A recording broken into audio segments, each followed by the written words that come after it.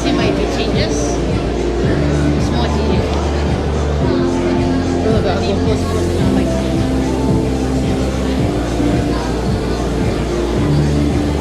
Kan macam KPDN kosong kan. Lebih macam switch.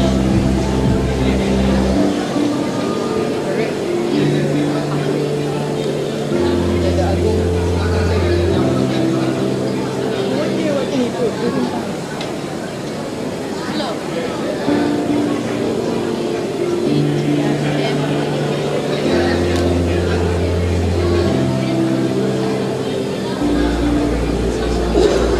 Wah, aku rasa dekat dalam. Are you sure? Because but dia dah you mentioned in interview di Singapore newspaper.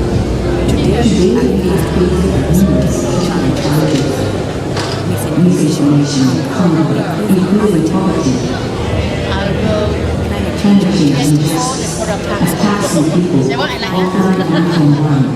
Art rights fading. Where do human rights mean? The individuals. We have a chance to live, claim, and defend our rights. The Universal Declaration of Human Rights still speaks to us all. It's not backwards to reflect values, cultures, and borders. Here, we're all human and all equal in dignity and in rights.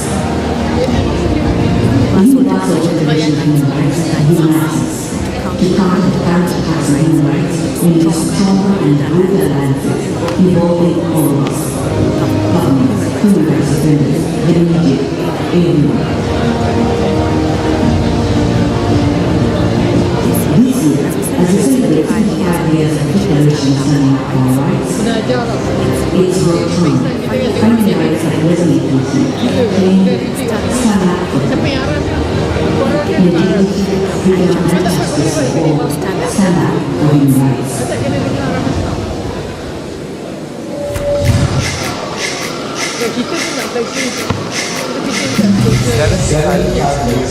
The Universal Declaration of Human Rights made humanity promise equality, freedom, and justice for all. There has been immense progress since then, but there's also so much left to be done. We look inward to individual growth and to take action to create what we want and that we go back to. As we come down Human Rights Day, what then you want to see to make human rights a reality for us. Human rights is everyone's small, everywhere.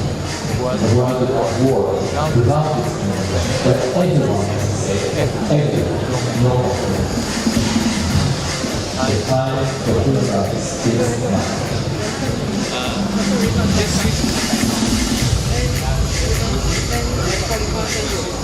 Kenapa tak buat dua-duanya? Tak payah gerak banyak sangat. Cepat keluar yang kecil. Cepatlah. Macam nak sampai. Weh, alamak. Dia lebih kecil. Keluar dia je. Ya, dia main phone je. Oh, you nak kecil. Sini nak muda.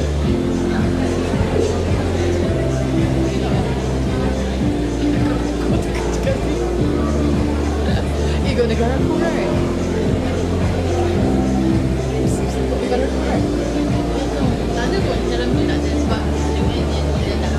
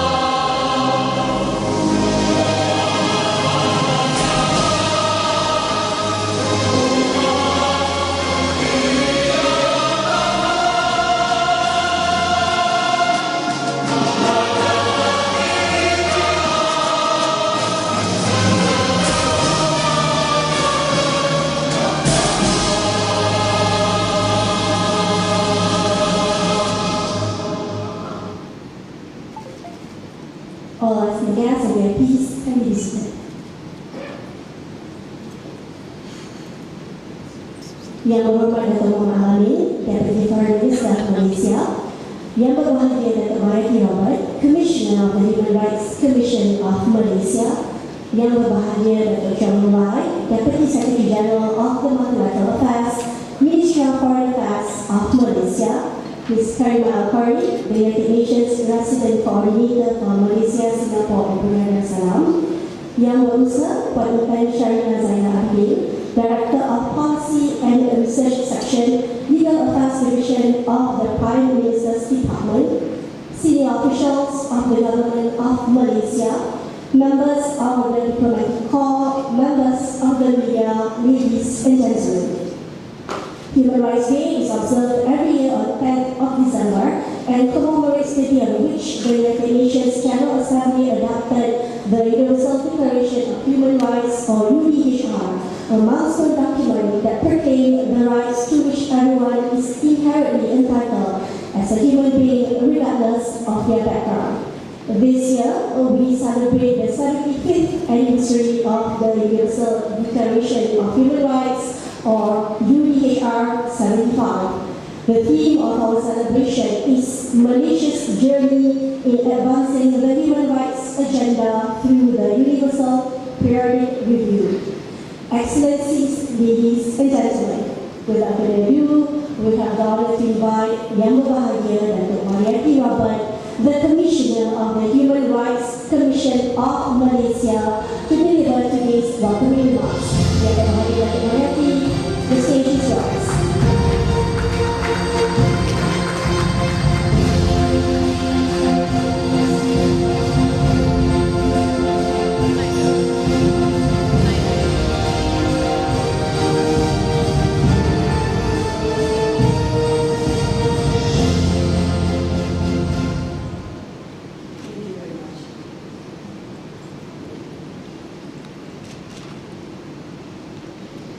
Yang berhormat Datuk Muhammad bin Alamin, Deputy Minister of Foreign Affairs, Ms. Karima Al-Qari, UN President Coordinator in Malaysia, Singapore and Brunei Darussalam, Yang berusaha Puan Intan Syarina, Ms. Zainal Abidin, Director, Policy and Research Division, Legal Affairs Division of Prime Minister's Department, distinguished guests, commissioners, ladies and gentlemen. Good morning, salam Malaysia Madani, and salam hak asasi untuk semua. On behalf of the Human Rights Commission of Malaysia, I would like to extend my warm welcome to everyone present this morning, joining us in person as well as online on the Human Rights Day Forum 2023 under the theme UDHR 75, Malaysia's journey in advancing the human rights agenda through the Universal Periodic Review. The forum is made possible through collaboration with the Ministry of Foreign Affairs MOFA, the Legal Affairs Division of the Prime Minister's Department, the United Nations in Malaysia, UNCT, and Symbolic. Before I continue, on behalf of Suhakan, we would like to take a moment of silence to convey our heartfelt condolences to the victims of human rights violations and humanitarian crises throughout the world.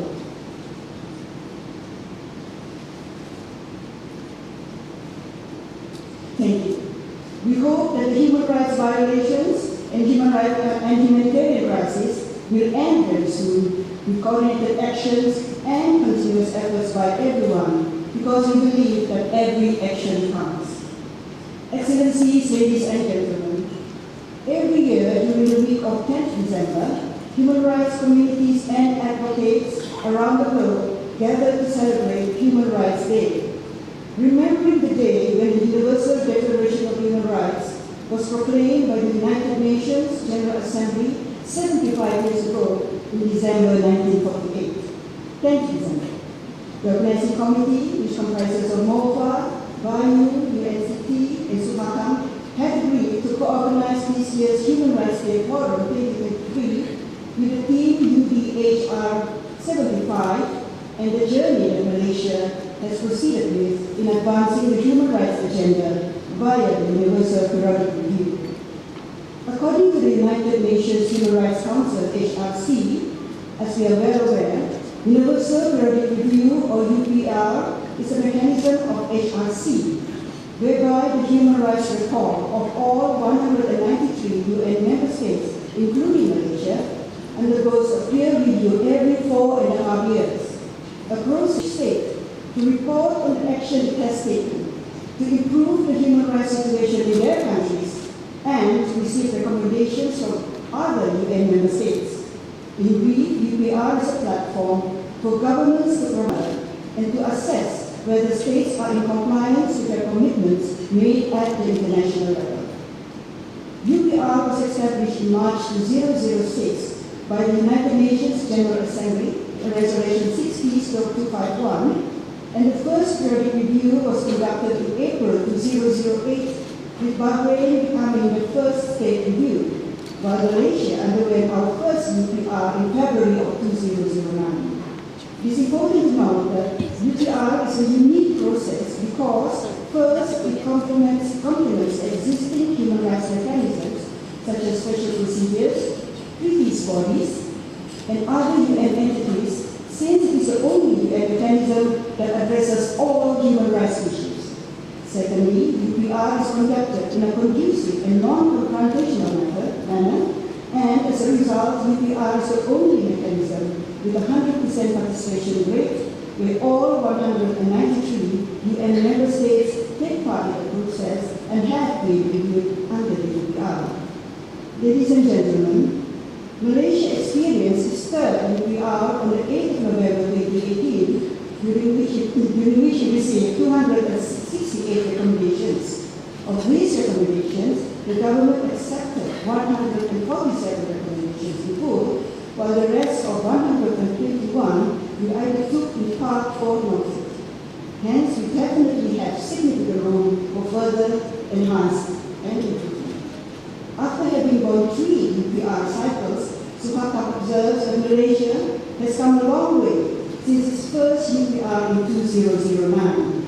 Suhakam acknowledges the significant efforts made by the government towards individualizing the national process for the UPR by carrying out its commitment to conduct biannual multi-stakeholder consultations with government agencies, Suhakam and CSOs, developing a UPR monitoring metrics together with the Office of the United Nations High Commissioner for Human Rights and the United Nations Country Team in Malaysia, and through the involvement of Suhakam and CSOs in the initial development process and initiating the process of implementing the utilization of the National Recommendations Tracking Database, NRTD, and in an effort to improve its monitoring mechanism on the UPR process.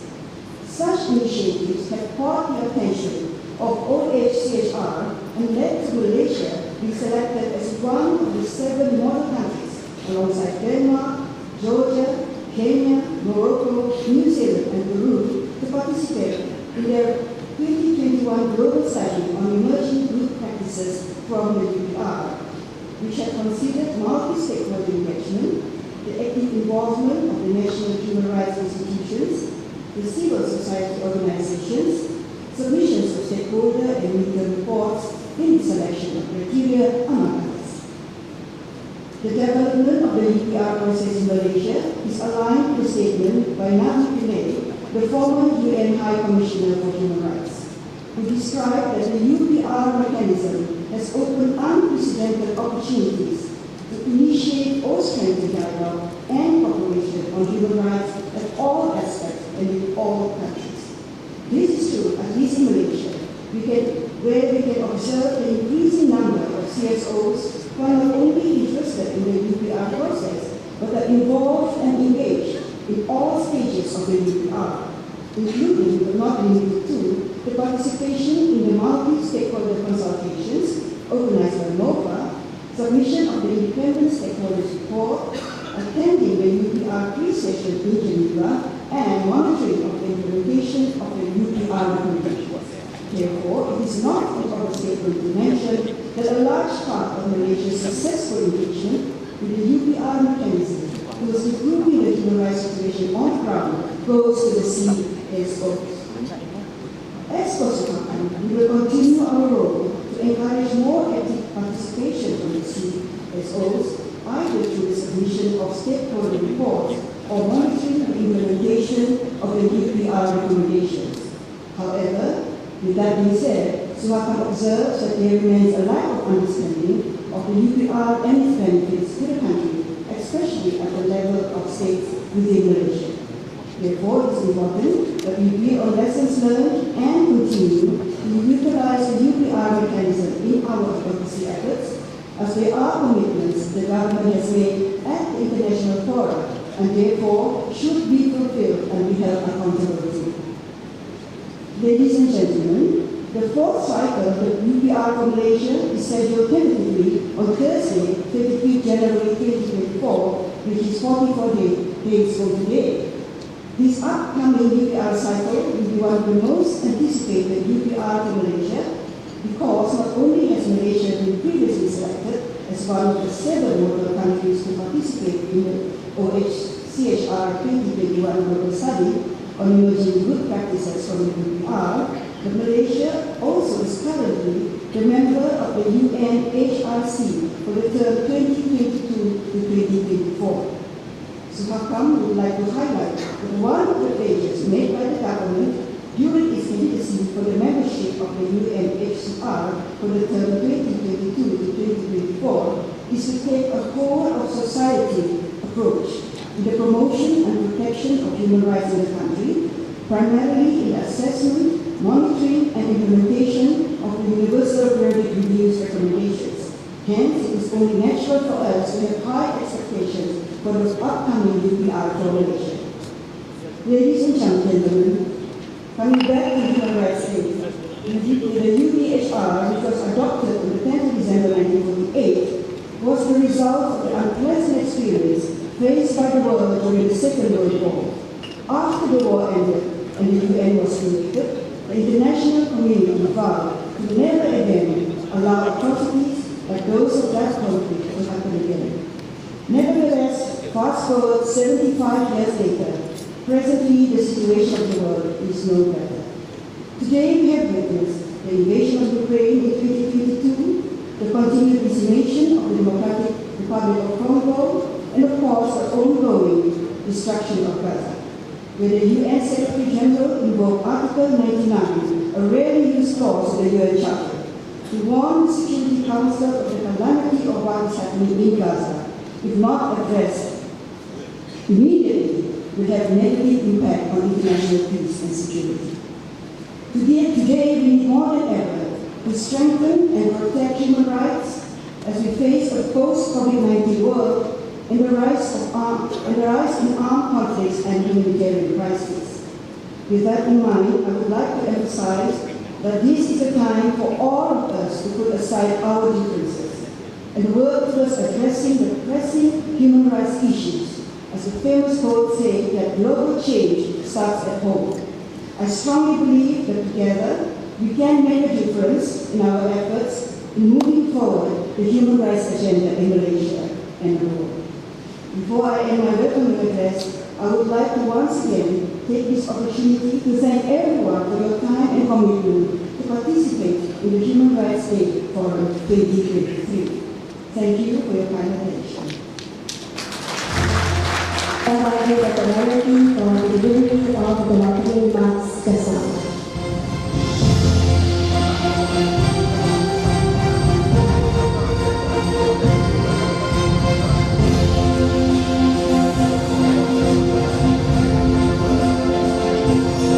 Excellencies, ladies and gentlemen, we now would like to screen a video message from His Excellency Antonio Guterres, the Secretary General of the United Nations, in conjunction with the commemorative celebration of the Human Rights Day. Please direct your attention to the screening of the special video message. All human beings are born free and equal in dignity and rights. The iconic opening sentence of the Universal Declaration of Human Rights is as important today as it was when it was adopted 75 years ago. The Universal Declaration is a roadmap helping to end wars, heal divisions, and promote lives of peace and dignity for all. But the world is losing its way. Conflicts are raging. Poverty and hunger are increasing. Inequalities are deepening. The climate crisis is a human rights crisis that is hitting most vulnerable others. authoritarianism is on the rise. Civic space is shrinking, and the media is under attack from all sides. Gender equality remains a distant dream, and women's reproductive rights are being rolled back. Today, it is more important than ever to promote and respect all human rights, social, cultural, economic, civil and political, which protect us all. The Universal Declaration shows the way to common values and approaches that can help resolve tensions and create the security and stability of those graves. As we work to update global frameworks and make them more effective in the 21st century, human rights must have a unique and central role. I call on member states to use the 75th anniversary and the summit of the future next year to strengthen their commitment to the timeless values of the Universal Declaration. And on Human Rights Day, I urge people around the world to promote and respect human rights every day, for everyone, everywhere.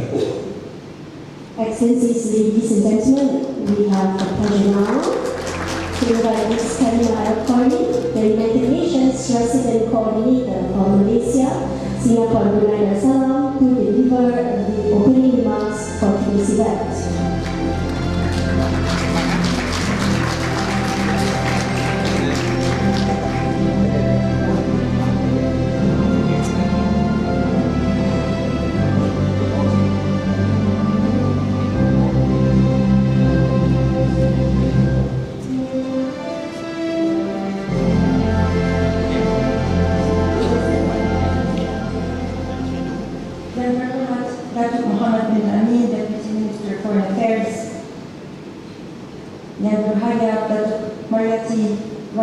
Commissioner of the Human Rights Commission of Malaysia, Suhakam, Yang Berbahagia Dato' Chong Longlai, Deputy Secretary General of the Multilateral Affairs Ministry of Foreign Affairs in Malaysia, Ms. Intan Sharina Zainal Abidin, Director of Policy and Research Section, Legal Affairs Division of the Prime Minister's Department, Excellencies, Ambassadors, and High Commissioners, distinguished representatives of federal ministries and agencies,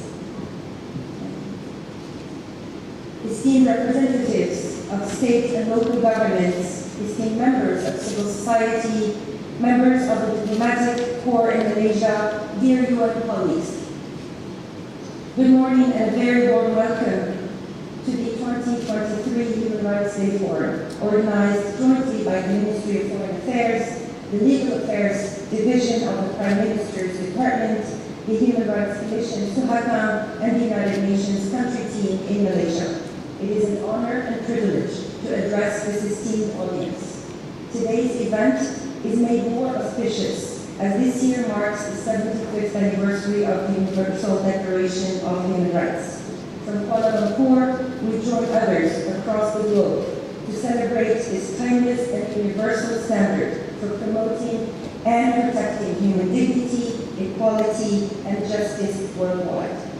Human rights and the commitments and values that underpin them have never been more vital as we journey through adversity and turbulent times, marked by growing inequalities, environmental degradation, conflicts, and daily violations of international law. We must uphold and safeguard the invaluable legacy of the UDHR architects. 75 years since the adoption of the Declaration, we invoke its comprehensiveness and codification of rights, its signaling of globally shared commitments, and its role as the bedrock for subsequent treaties and other instruments and a comprehensive body of international law. Crucially important also are its core principles of universality, inalienability, indivisibility, and non-discrimination. These are central to delivering justice, freedom, and human rights.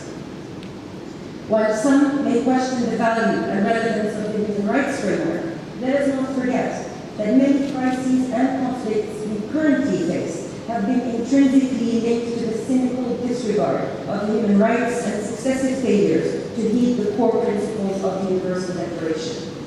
Human rights violations not only cause human suffering and catastrophic humanitarian situations and impede global peace and security, but they also threaten to set development back by decades.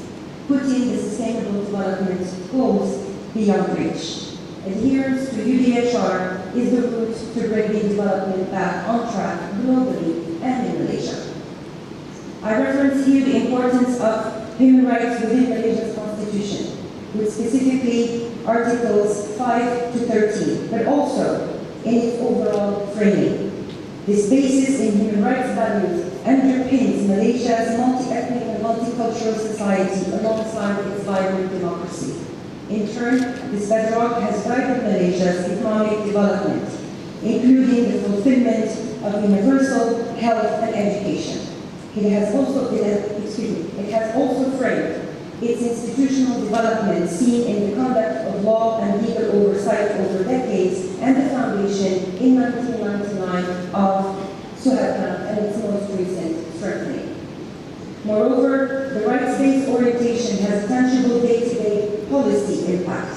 Specifically, it has enabled Malaysia to weather crises and major national challenges throughout its history. This orientation within policymaking has ensured that responses have remained inclusive. I also highlight some of the specific recent strides made, many taken in concert with the United Nations in Malaysia and its agencies. A major one is Malaysia's election to the Human Rights Council, and as part of this, its active support to resolutions on transparent, accountable, and efficient public services, among many others. Additionally, ongoing parliamentary scrutiny of human rights questions, more recently on women and children's rights, is significant.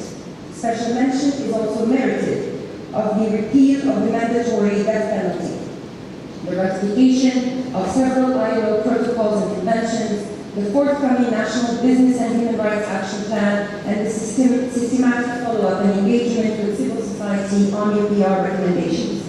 Finally, I highlight the rights dimensions of mainstreaming the SDGs within national planning and budgeting. I note also that this lies at the very heart of Malaysia Madam. Distinguished audience, ladies and gentlemen, this coming year provides new opportunities to deliver on the human rights agenda. Malaysia will embark in a new UPR cycle, and the government will be submitting its periodic report on the Convention on the Elimination of all forms of discrimination against women. These processes have required and will continue to involve extensive consultations with civil society and with citizens. I reiterate that the SDGs, with their explicit commitment to justice and leaving no one behind, provide the critical link between the rights and development agendas. Please allow me to reflect on three issues critical to progress on both SDGs and the human rights commitments. First, I raise the systemically important issue of ensuring an open society and with it the freedom of the press, freedom of expression and access to information. This is at the core of SDG 16, and efforts are still needed to secure these basic institutional building blocks with some promising announcements. The UN welcomes the unity government's stated positions on these issues, and we look to Malaysia Madani to further the reform agenda and protect the rights of all people living in Malaysia. Second is the plight of a large undocumented population. As Malaysia moves to high income status, it is clear that inclusive and sustainable development can only be achieved if the associated inequalities and deprivations are addressed. Indeed, it is a sobering reality that even today, undocumented people present in large numbers in Sabah have limited access to water, sanitation, education, and health care.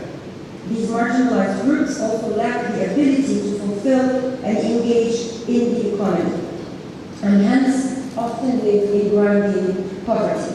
This is intimately linked to SDG 1, 2, 3, 4, 6, and 16 on legal identity. The third area I highlight is the extensive topic of gender equality and the empowerment of women and girls, central to the theme of today's event. There are several dimensions here, and two immediate issues stand out. While welcoming the government's efforts to address the long-standing inequities in citizenship law relating to the children of Malaysian mothers, we note that other proposed revisions may raise further rights-based issues, with important implications for the rights of children. Additionally, as Human Rights Day also marked the close of 16 days of activism against violence against women and gender-based violence, it is vital Malaysia urgently address this most pernicious challenge. Concrete actions, including legislation but also enforcement, along with efforts to raise awareness, are needed. Reforms needed to realize SDG 5 on gender equality and the rights of 50% of the population must address the structural and societal barriers to women's advancement and their full participation in the economy, society, and polity. Esteemed audience, 75 years on, and in contrast to many pessimistic positions we often hear in the global media, human rights are vital and their realization a moral imperative. It is only through the defense and adherence to all 30 articles of the Universal Declaration that we will secure global peace and stability based on equity and justice for all. This also applies to strengthening Malaysia's development model of social cohesion and solidarity within and across communities. Even, or rather especially, in these most challenging times, the rights agenda and the 2030 agenda for sustainable development remain critical to meet the aspirations of a modern Malaysia. I offer 3 possible pathways. 1, I urge the unity government to follow through on its articulated commitments to the rights of all people living in Malaysia. I especially encourage government and all relevant stakeholders to continue to engage openly and positively with human rights processes. The international cooperation in safeguarding rights and mechanisms such as the UPR, Universal Periodic Review, process is also important to ensure that Malaysian rights commitments are embedded in national law and policies. 2, relatedly, I reiterate my call to Malaysia to move decisively in ratifying the remaining human rights instruments. This is crucial as Malaysia moves forward to high income status and takes its place among similar nations which have adopted the highest standards on human rights-based law and practice. 3, I must commend the exceptional caliber of rights-based organizations in Malaysia. I welcome their participation and efforts for human rights to be further advanced and outcomes to ensure a vibrant civil society. This engagement takes many forms, including the courageous work of the human rights defenders, the exercise of freedom of expression, of rights-based positions, the development of research on rights-based issues, and the delivery of support to often marginalized communities.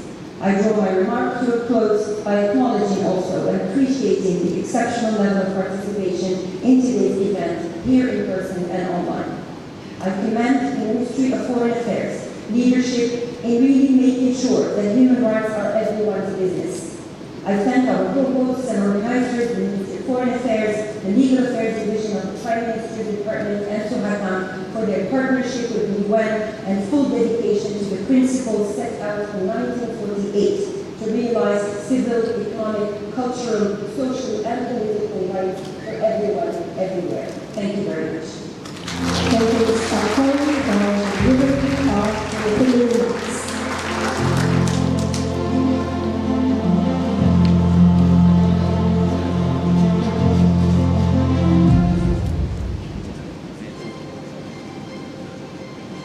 Excellencies, ladies and gentlemen, we now have the honor to invite to the stage Yang Berhormat Datuk Muhammad Alamin, Deputy Foreign Minister of Malaysia, to deliver the official task of this year's celebration of the Human Rights Day. Yang Berhormat Datuk, the floor is yours.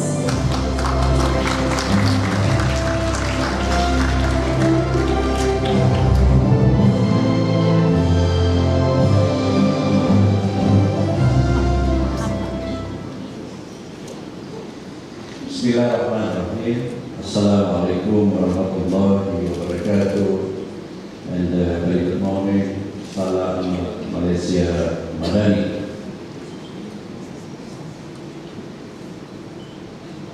Yang berbahagia Datuk Malaysia Robert, Sohkan Commissioner.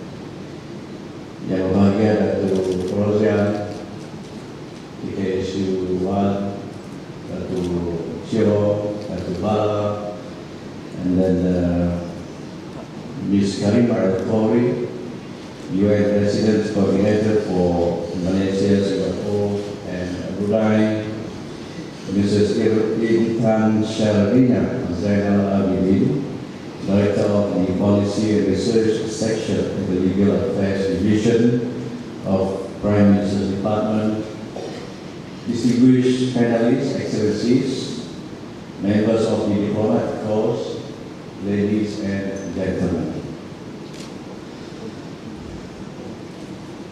I think it's funny, the people there are very eager and waiting for the important announcement very shortly. And I'm not very sure whether this is my final appearance. You know, the life of God. The Ministry of Foreign Affairs is pleased and honored to once again join hands with the Legal Affairs Division of the Prime Minister's Department by you, the National Human Rights Commission, Sohakam, and the United Nations Office in Malaysia, UNGA, in commemorating Human Rights Day. We are here to commemorate an important milestone, the 75th anniversary declaration of Human Rights, UDHR, as we reflect on our achievement in upholding human rights and the challenges confronting us, as well as in exploring ways to further our human rights agenda.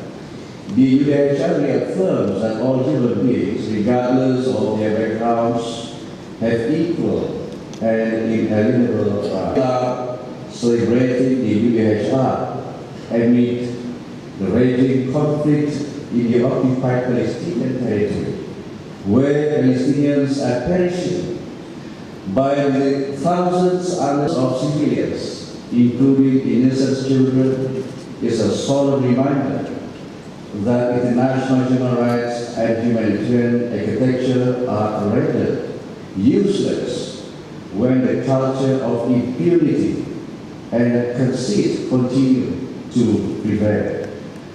No state should be above the law.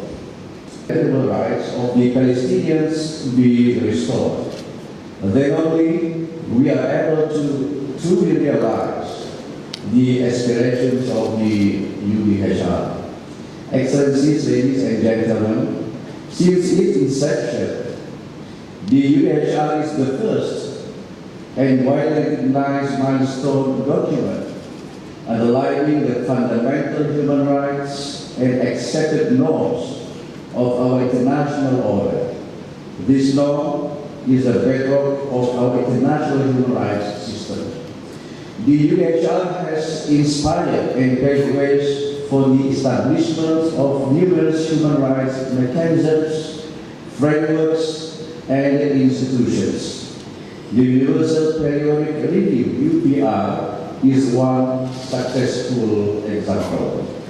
Certainly, the UPR has great potential to facilitate states in fulfilling their respective human rights obligations and the 2030 agenda.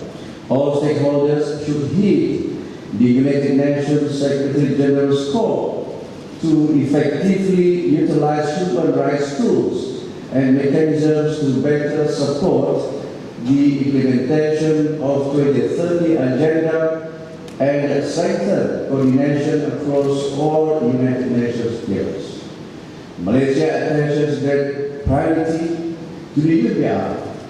In the Malaysian context, the UPR has been an instrumental tool in advancing the national human rights agenda.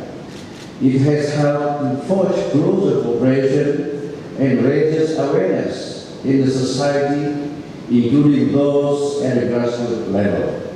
In addition, the UPR also facilitates greater in the United Nations and regional human rights mechanisms.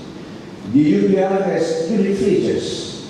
The principle of universality embedded in the UPR has rendered it with the capacity to act as a catalyst to facilitate states in addressing various human rights issues comprehensively.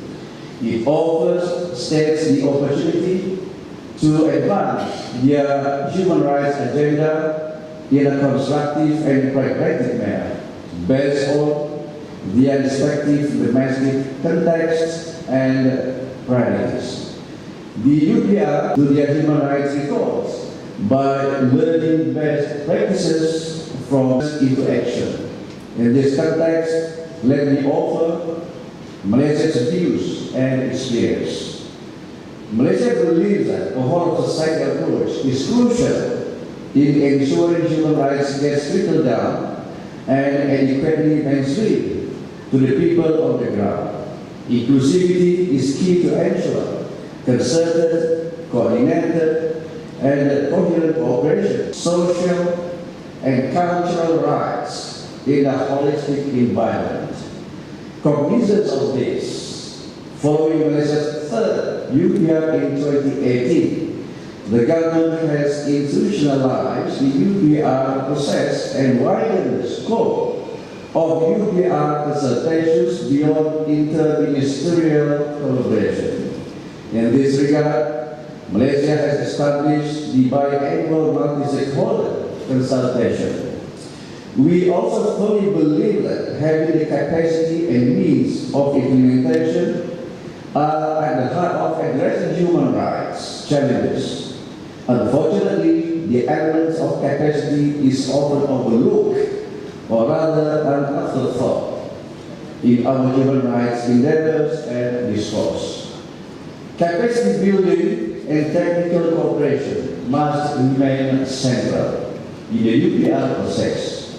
Strengthened capacity through robust monitoring mechanism is vital to facilitate states to better implement all accepted recommendations in accordance of the High Commissioner for Human Rights. Mutilation, torture, cruel, humiliating, and degrading. You have to treat every Indian civilian with suicide at one.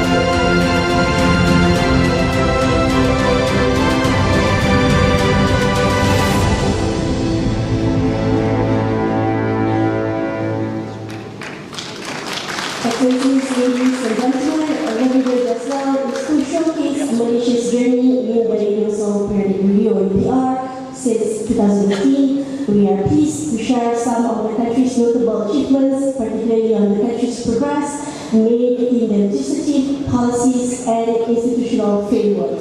We would like to invite our guests to also visit the exhibitions displayed outside the ballroom. Human rights. Excellencies, ladies and gentlemen, we now will bid farewell to our Yang Berhormat Deputy Prime Minister of Malaysia. Announcing the departure of Yang Berhormat Dr. Amir Muhammad, Deputy Foreign Minister of Malaysia.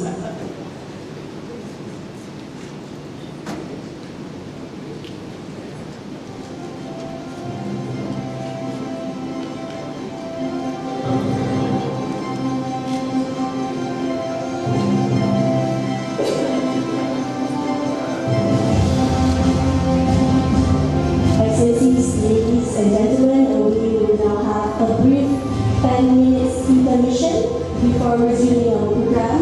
We would like to cordially invite everyone to partake in the refreshments served outside during this 10 minutes break.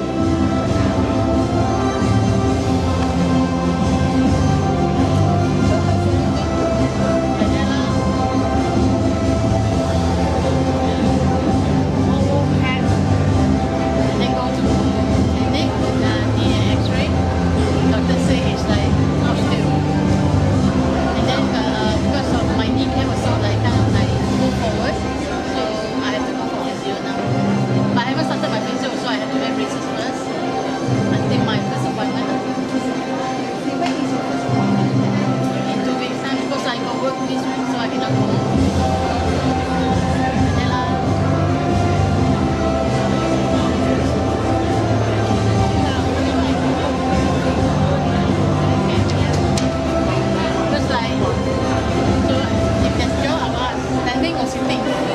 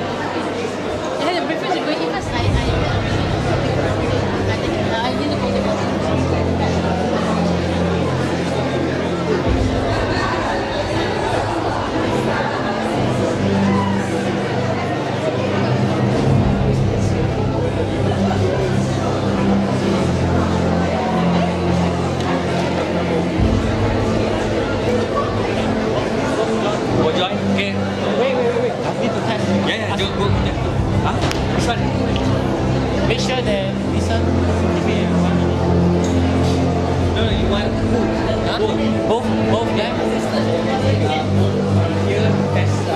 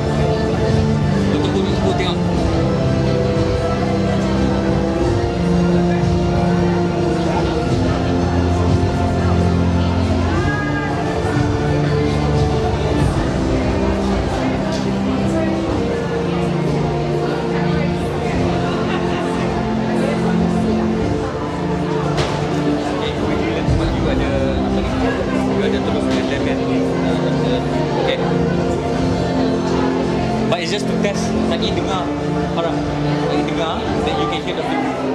Okay? Nanti dia bagi headphone, you dengar.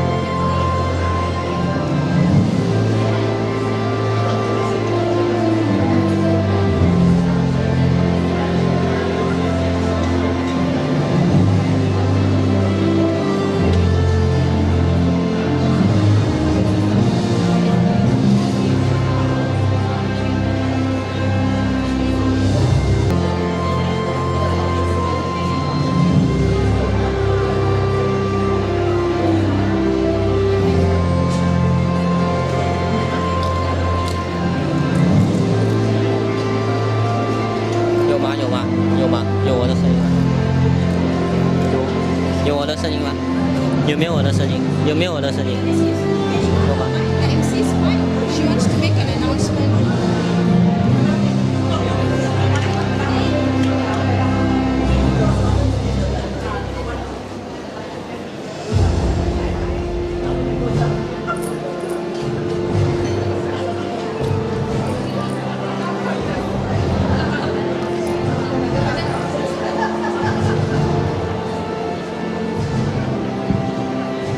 Excellencies, ladies and gentlemen, our brief 10 minutes intermission has now come to an end.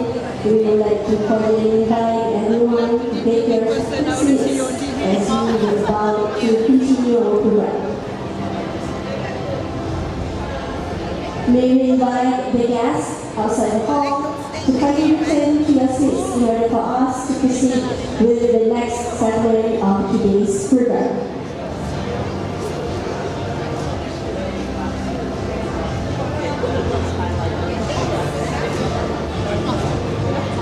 Okay, sorry, sampai down lah, okay?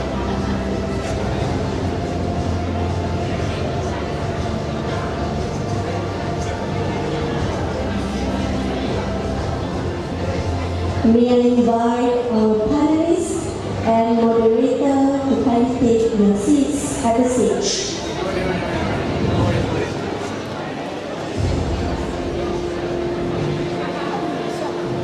You have to come here later. So I'm not sure how it's going to go for this part. So let's say one person is speaking, then if the next speaker will just come. We'll see how they run. If not, it's like, yeah, if like one person to another person, then maybe 20 or we see how it goes.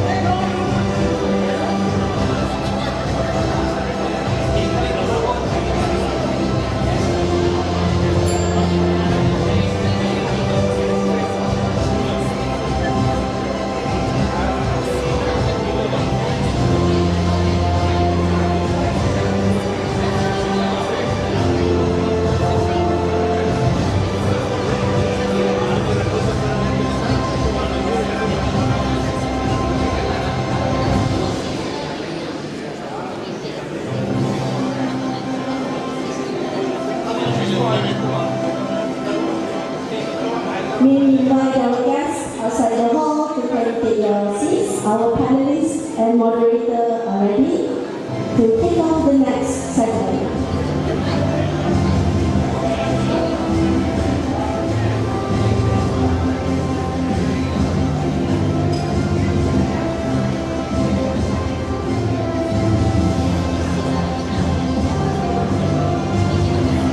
Excellencies, ladies and gentlemen, this year's Human Rights Day Forum will be in the format of panel discussion with the team UDHR 75, Malaysia's journey in advancing the human rights agenda through the Universal Periodic Review. Our lineup of panelists and moderator is already on the stage. Our panelists today are Ms. Sharon Ho, Under Secretary of the Human Rights and Humanitarian Division, Ministry of Foreign Affairs. Mr. Q. Jia Yao, Co-Chair of Malaysia CSO SDG Alliance. Dr. Punita Siliwaraju, Deputy Director General of Policy and Development, Legal Affairs Division of the Prime Minister's Department, who is joining us around. Yang berbahagia Datin Satoshi Tahir, Deputy Director General Department of Women Development, Ministry of Women, Family and Community Development. Dr. Farani Bisuki, Children's Commissioner to Suhakam, and Ms. Rim Al-Salim, United Nations Special Rapporteur on Violence Against Women, who is also currently online with us. Ms. Nurhanda Muhammad Khalil, Senior Lecturer, Faculty of Law, University of Malaya. Moderator of the day, you have the floor.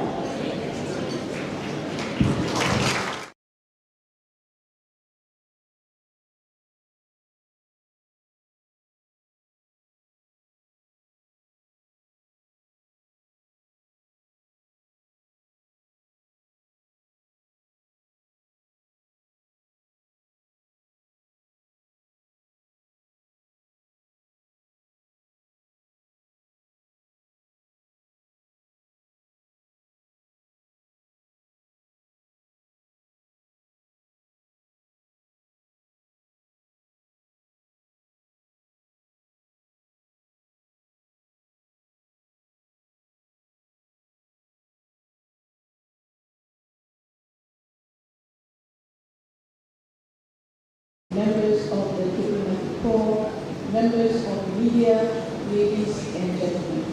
Assalamualaikum warahmatullahi wabarakatuh, salam sejahtera, and a very good morning. Human Rights Day is observed every year on 10 December and commemorates the day on which the United Nations General Assembly adopted the Universal Declaration of Human Rights, or better known as the UDHR, a milestone document that proclaimed the rights of each entitled as a human being, regardless of race, color, religion, gender, language, political or other opinions, national or social origin, property, birth or status. Ladies and gentlemen, human rights, the theme of our celebration is Malaysia's journey in advancing the human rights agenda through the Universal Periodic Review. On this note, we are indeed honored to have with us a distinguished panel consisting of personalities who are well informed and experienced in the field of human rights. Before I invite each one of them to speak on their daily topic, just a bit of words on how I will conduct this panel. First of all, I will invite each and every speaker, and I will introduce each and every speaker right before they present their talk on a given topic. And in addition to that, I'm sure that each speaker has a lot to say on their given topic. However, just a gentle reminder that each speaker is given 5 to 7 minutes. So it's my great pleasure, first of all, to introduce our first speaker, Ms. Sharon Ho, who is the Under Secretary of the Human Rights and her career in the Foreign Service in 2002 as Assistant in Culture Affairs. She had also served in the Multilateral Political Affairs Division. Ms. Sharon, in addition, has been posted to the Permanent Mission of Malaysia to the United Nations, New York, the Permanent Mission and Embassy of Malaysia of the Malaysian Friendship and Trade Center in Taiwan. In the Human Rights Division, Ms. Sharon oversees matters related to civil and political rights, economic, social, and cultural rights, as well as humanitarian issues. Ms. Sharon will speak on Malaysia's 4th Universal Periodic Review. And on this note, it's my great pleasure to give the floor to Ms. Sharon. Ms. Sharon, the floor is yours.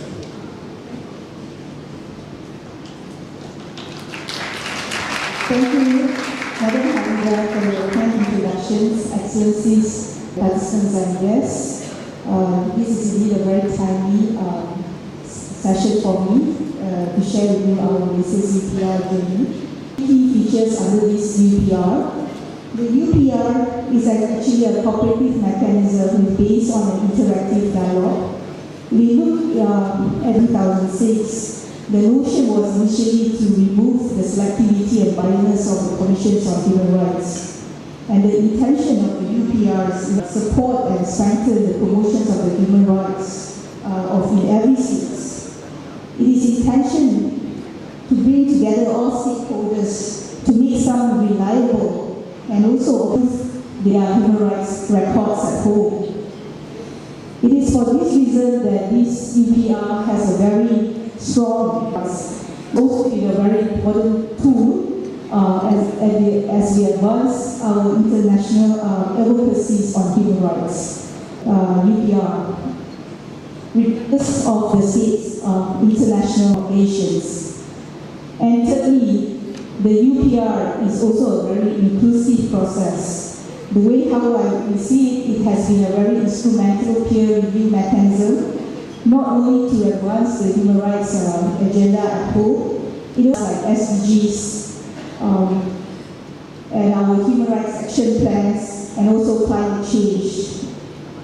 We have also received about 100 recommendations, and out of 103 recommendations, we have accepted approximately about 84.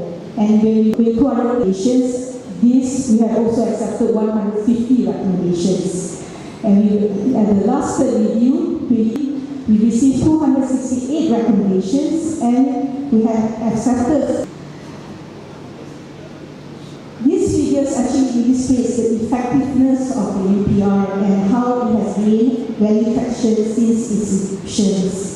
The unique feature this came is as it built greater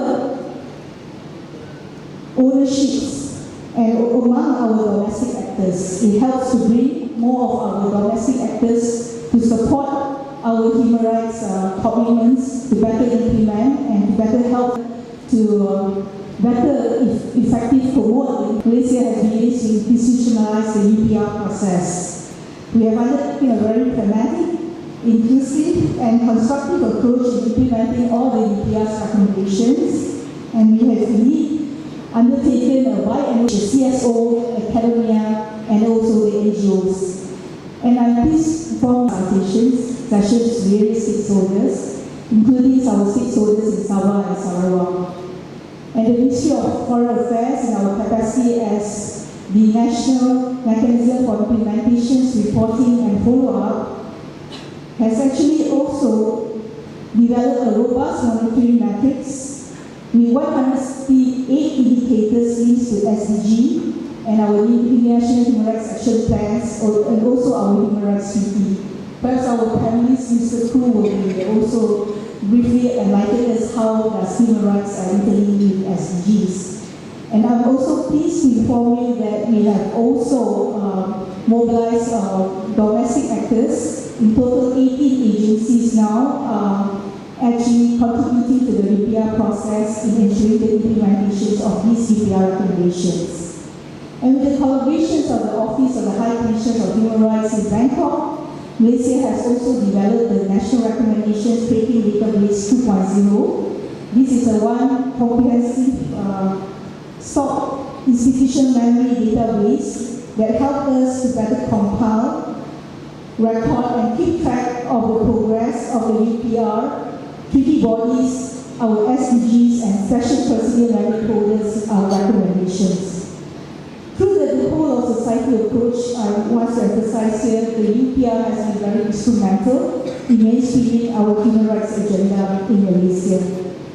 It has been useful in fostering a greater multi-stakeholders collaborations and also mobilizing the support of our domestic actors in realizing government's commitments in human rights. Let me use of the examples. Malaysia has received 51 recommendations on the issue of death penalty. As many of you are aware, Malaysia has successfully abolished the mandatory death penalty in July 2023 this year. And Malaysia has also received 105 recommendations on the rights of the child, and the government this year has appointed a Children's Commissioner under Suhakam to further advance the rights of the children, and the government has also amended sexual offences against Act 2017 in April 2023 to ensure children's rights are better protected against all forms of sexual violence and also abuse online. These progresses are crucial to better guide our future younger generation. I also wish to highlight that Malaysia has also received 4 recommendations on HIV/AIDS-related issue. Malaysia is the first country in the Western Pacific region to successfully eliminate mother-to-child transmission of HIV. In 2018, has maintained this commendable track record. The point I'm trying to say here is, regardless of the numbers of recommendations, we believe that the global start has to begin at home, as what pointed out by Dr. Marati just now. The government has always been undertaking a pragmatic, sustainable and comprehensive measures to implement all other UPR recommendations. The views of all parties for national dialogues are very important in making a very impactful and real outcomes on the ground for the country. We believe in constructive dialogue is an important in fostering deeper understanding among stakeholders of different views, address root causes of the issues, and which can contribute positively to the promotion of human rights in Malaysia. All I want to say that, therefore, a constructive avenues for dialogue, which is one provided under the UPR, is a good example on how our collaborations can be built realistically on mutual respect and good faith, so that we can realize not only tangible or realistic outcomes for our human rights protections and promotions at home. There's no one-size-fits-all approach for human rights. I want to emphasize this again. It is fully important for states that are provided with policy space and flexibility to implement these recommendations, taking into account their respective social, political, and also economic circumstances. National and domestic institutions, and of course our domestic actors, plays a vital role to translate all our accepted UPR recommendations into a tangible outcome and positive developments on the ground. At the same time, technical assistance and capacity buildings are also key vital elements, and we need support from our UN agencies and also our partners to complement the state efforts in implement our UPR recommendations successfully. On these important notes, Malaysia hopes to count on everyone's support, and we look forward to receive constructive recommendations during our 4th UPR, which is scheduled to take place on the 25th of January. Thank you very much. Thank you, Mr. Thank you for providing an overview of the efforts undertaken by the government of Malaysia to implement the UPR recommendations, and secondly, for highlighting prevailing challenges and recommendations in order to better optimize the universal periodic review. Our next speaker is Mr. Q.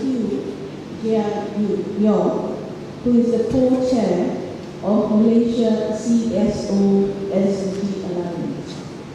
Mr. Jia Yeo is the co-chair of the Malaysia CSO SDG Alliance, which is a network of more than 90 civil society organizations whose work relates to the United Nations Sustainable Development Goals. Mr. Jia Yeo is also a lawyer by profession, focusing on sustainable development. He is the co-deputy chair of the Bar Council Environment and Climate Change Committee, which works on environmental justice and climate change. He is also a fellow of the Academy of Sciences Malaysia, where he is part of the team presently developing the National Planetary Health Action Plan. On this note, it is indeed my pleasure to invite Mr. Q. Thank you, Nohamida, and thank you. It's such an honor and a privilege to be here for this very important occasion. It's wonderful to be among very esteemed speakers. I'd like to just share, perhaps in my intervention, perspective, perhaps a bit more from a practitioner perspective, on the interlinkages between the SDGs and the UPR, as well as the importance, the growing importance of the role of civil society in helping us achieve the progress that we are working for. It is more and more obvious that the nexus between the United Nations SDGs and the UPR are essentially, they're not the same thing, but they are pointing towards the same North Star. They may have different frameworks, they may of course come in through different frameworks, processes, but it is that plurality, it is that diversity, which is actually, and its convergence is very powerful. From a practitioner perspective, I like to think of it as an expanding toolkit in terms of leverages, in terms of tools that we could use for policy advocacy, in terms of developing interventions to reshape systems. I think because at the core of it, the SDGs and the UPR are really about systemic change. So we, in not so many words, understand that what brought us here in terms of development won't get us there, which is the struggle of living together and finding this common future together and thriving, and not just suffering one another and suffering the presence of those who are different from us. And I think the perception of difference is narrowing thanks to these two frameworks. So one of the greatest nexus between the two, the SDGs and UPR, I think would be directly seen in the goal 16 of the SDGs, which is to promote peaceful and inclusive societies through strong institutions, access to justice, and strong rule of law. We will see essentially SDG 16 is really about building systems that would facilitate negotiations or contestations between actors that have differences. I think we want to reduce the friction in the systems wherever we are analyzing, so that differences, whether perceived or real, can be resolved in the most efficient, most peaceful, and most constructive way.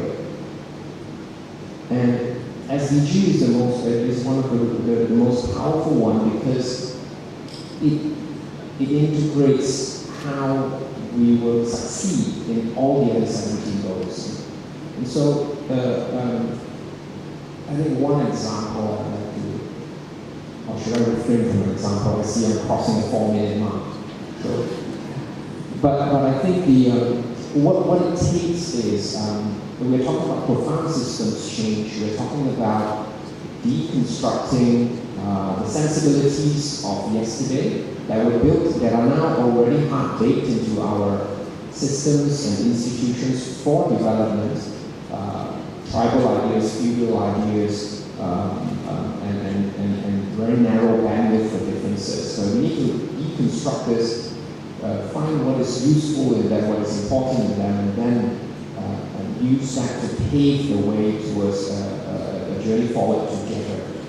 And this takes an all of country, a whole of country approach, all of society approach. We've heard these platitudes, but that's really because they're so true, but they're so hard to implement, they're so hard to practice. Because we recognize that the days of government knows all and government does all is over, because how we make progress really depends on our ability to frame the problems and then devise this and then develop the solutions. Very often we're framing our problems suboptimally because of our lack of diversity. We misframe problems. Right? So, for example, we look at an Orang Asli issue and we think of it as purely an issue about housing, right? But then we miss the really important nuances around relationship and connection with the land, native customary land, that contributes towards their identity, that contributes towards, that is pivotal, the core to their spiritual well-being, and more.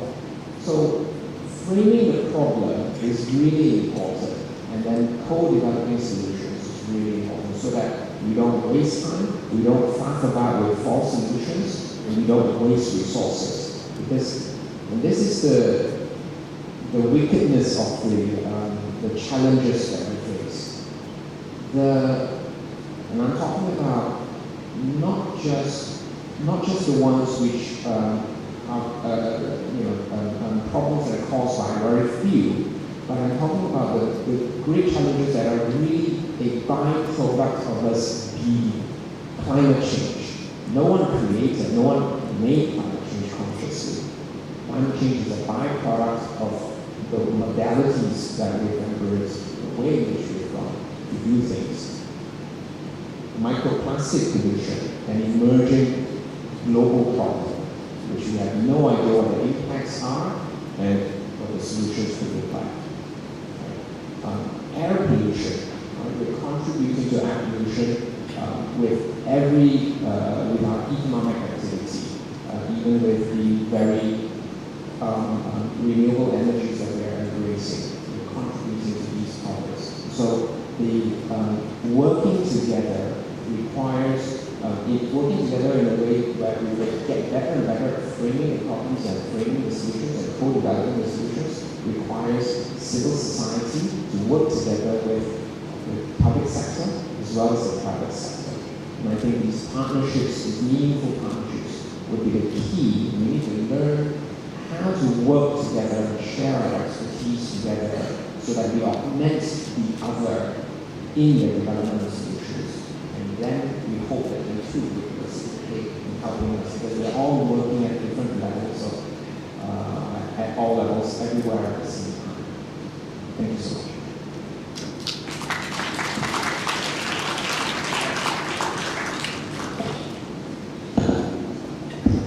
Thank you. Thank you, Mr. Team. We have provided us, we have showcased the linkages between the UDHR and the 2030 agenda and how multi-stakeholder collaboration could accelerate progress on both.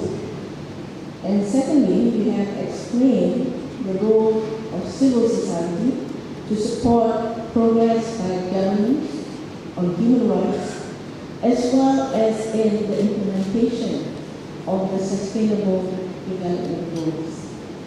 On that note, if I may proceed to our third speaker, who will be speaking online, namely Dr. Punita Silva Raju. Dr. Punita is the Deputy Director General, Policy and Development Division of the Legal Affairs Division of the Prime Minister's Department. Dr. Punita is currently, as I mentioned just now, the Deputy Director General for Policy and Development, for which she is responsible for, among others, issues pertaining to law reform, trustees incorporation, amendments of related laws under the Prime Minister's Department, and overall coordination of domestic human rights issues.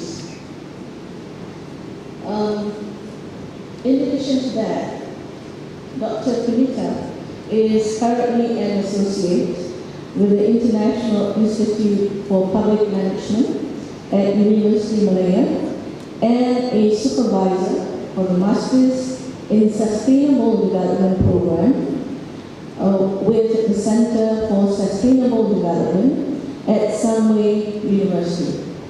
On this note, it's indeed my honor to give the floor to Dr. Punita. Dr. Punita, the floor is yours. Thank you so much. I hope you can all hear me.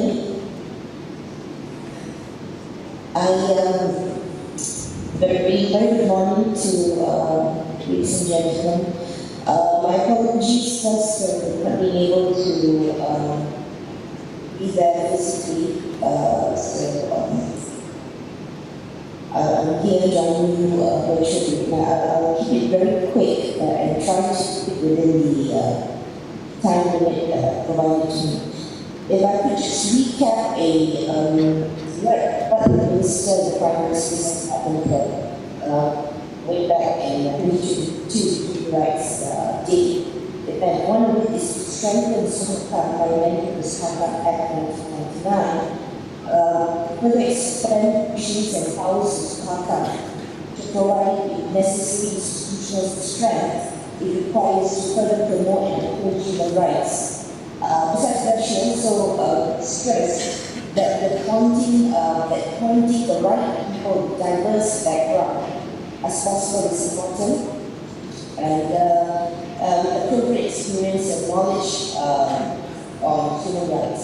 With that note, maybe I could just move on a little bit on, firstly, the brief history of Suhakan. The formation of Suhakan, as you all know, was established by an Act of Parliament 1999, and the main functions of Suhakan under Section 4 of the Suhakan Act is to promote awareness and provide education of human rights, to advise and assist the government in formulating legislations, particularly pertaining human rights, recommend the subscription of accession treaties and international instruments in the area of human rights, inquire into complaints regarding infringements of human rights, which we already doing most of the time. So this is just a little bit about the setting up of Suhakan way back in 1999. If I could just quickly go into the Paris principles in which Suhakan was also set up. The Paris Principles was adopted, of course, by the General Assembly Resolution in 1993. And Paris Principles is the national institutions for promotion and protection of human rights, containing principles related to status of NHRIs. Basically, NHRIs are non-judicial institutions set up by law or amendments to the Constitution. And the Paris Principles here constitute a set of internationally recognized standards to assess the credibility, independence, and effectiveness of an NHRI. So important themes here, of course, for the Paris Principle is independence, inclusiveness, transparent, liquid funding, cooperation both domestically and internationally, and also the ability to conduct annual reporting. If we look at accreditation of our NHRI, for example, what we have right now, it's accreditation here signals international acceptance of an NHRI and its compliance to the Paris Principle, which of course confers substantive legitimacy to our NHRI that we have. The role of GANRI, the Global Alliance on National Human Rights Institution, can review and analyze accreditation applications and make recommendations on compliance with the Paris Principle. So as of now, in 2023, we have 88 NHRIs with the A status and 32 with the B status. The GANRI accreditation process, of course, is very unique because it is a peer review exercise and it is supported by the UDHR. In the GANRI accreditation itself, there is a subcommittee on accreditation known as the SA, which considers specific context in which the NHRI is operating, the country in which it's operating. For example, it looks at political instability, conflict of unrest, or lack of state infrastructure, for example. So, NHRI is actually reviewed every 5 years, and its PT themes are actually transparency as well as due process. In considering the SPA's review process, with reference to the peer review, there are 4 important areas. One is, are the provisions of the enabling law sufficient to allow the institution, the NHRI, to function effectively and independently? Is the NHRI able to carry out its mandate without interference? Does the NHRI organization include funding which leads to independent, especially independent functioning of the NHRI? Does the NHRI demonstrate independence, keenness in addressing human rights interests? So these are some of the, what I've shared with you is a little bit about the setting up of an NHRI and the Paris principles and also the accreditation process. Just allow me to go into what the government has done with reference to strengthening our very own NHRI, if you notice, in 2019, we had this report not only tabled in Parliament but also debated. That also happened this year in 2023. We got the Stockholm report and the report tabled and debated. And very recently, November, we went for the first reading, the amendments to the Stockholm Act. The second and third reading was on the 29th of November. If I could just for a few minutes to very quickly go into some of the salient points that are reference to the proposed amendments to the Stockholm Act. First is, of course, strengthening of the functions of the Commission as a whole. Here, what we stressed in the amendments in Section 4 is to allow other institutions and other places to be included as members of the commissioners and teams that visit. So this actually expands the scope and strengthens the role of Sumatra in reference to making visits and looking at compliance. This, of course, is in line with prescribed written laws or specified guidelines of whichever institution that we are visiting. Secondly is, if any such guidelines or written laws have been complied by Sumatra, then the institution or other place of visit cannot reject their visit. This is another important thing which we consider is a form of strengthening the role of Sumatra. Third is, of course, the setting up of the Children's Commissioner, the appointment of our very own Children's Commissioner, which also goes into another amendment in Section 4, to provide the children the channels of communication, whether directly or indirectly, giving them the rights to participate with reference to children's rights. Next is another amendment. We'll be looking at the appointment of commission members, where previously we have not stated the minimum number of commissioners, but in this amendment we've actually stated the minimum seven commissioners as a minimum number. Of course, the maximum is 20. We've also added in at least 30% representation by women to ensure gender balance, and at least one representative from people with disabilities. Besides that, we've also added in that anyone who is actively involved in politics and registered with any political party cannot be considered for appointment as a commissioner. And I also mentioned earlier the appointment of our very own Children's Commissioner, the Chief Children's Commissioner, who will be assisted by 2 Children's Commissioners who will be on a full-time basis. Besides that, just 2 or 3 other amendments, very strong amendments we feel, is the setting up of tribunal, investigation tribunal, and also the code of conduct.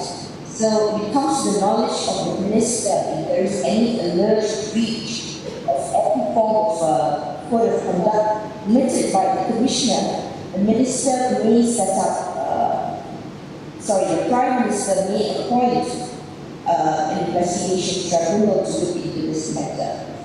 And finally, is the obligation for relevant authorities or persons to revert to Suhakam for any actions taken. So what we have currently is government agencies or departments do not revert back to Suhakam as any inquiry from Suhakam. So with this amendment is Section 13, they are obliged to revert or get back to Suhakam in the event there's any infringement engaged. I think besides that, if I could just very quickly look at our aspirations for the next 5 years with reference to the accreditation. First is, of course, the amendments to Suhakam Act to comply with the Paris Principle, and of course this is already done in Dewan Rakyat. Next is to reinforce partnership with stakeholders, both domestically and internationally. And of course, to protect and promote human rights in Malaysia and further strengthen that goal. Solidification of organizational capacity of Suhakam and improving human capital for Suhakam as a whole. All right, I think that's all much.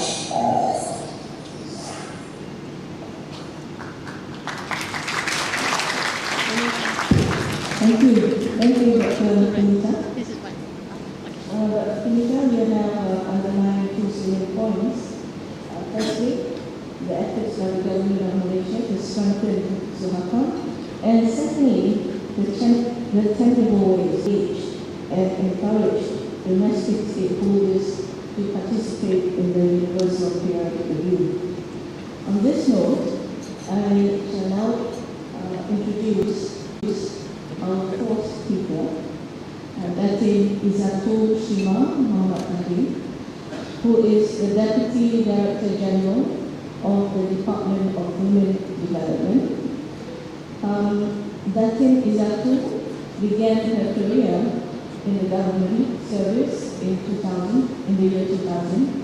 Datin has served in various capacities in a number of ministries. Treatment of all individuals and prohibits any kind of gender.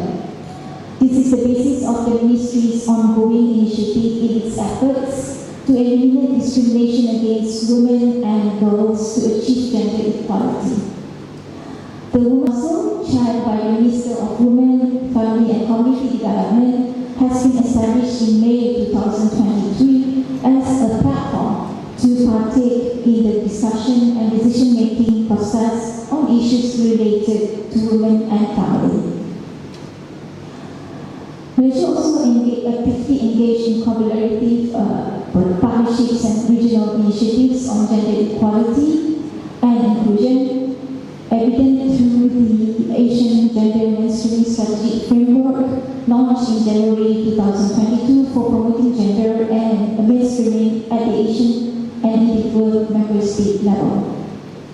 So among the initiative or policies implemented in respective areas are women in economy, 60 days to 98 days in the private sector, while government maternity leave, 90 days paid up to 360 days throughout the service period. We also have Women Career Comeback, which is a program under Telecom to encourage women to return to work by an individual. IRIS, which is a program advocate on the rights of women. Matahari, which is focused on psychosocial program.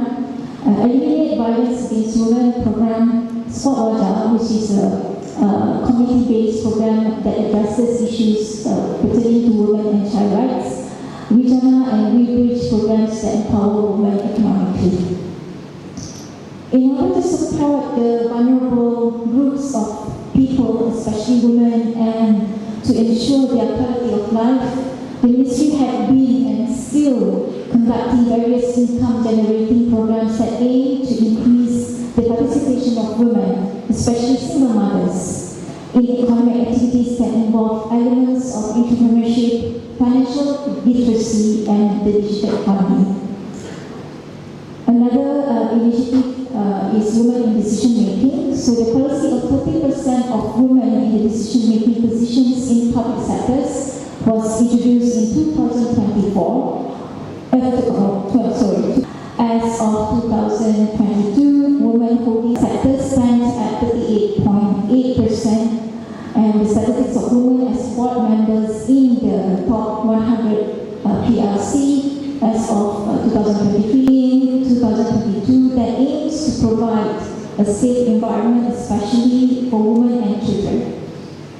It applies to all individuals and aims for the culture of normalizing sexual harassment in Malaysian society to be eradicated, not only through the enforcement of the Act, but assisted by comprehensive advocacy programs. This Act has been enforced in stages starting from March 2023, which involved the enforcement of the Act on the definition of sexual harassment, and it is expected to be up and running by next year.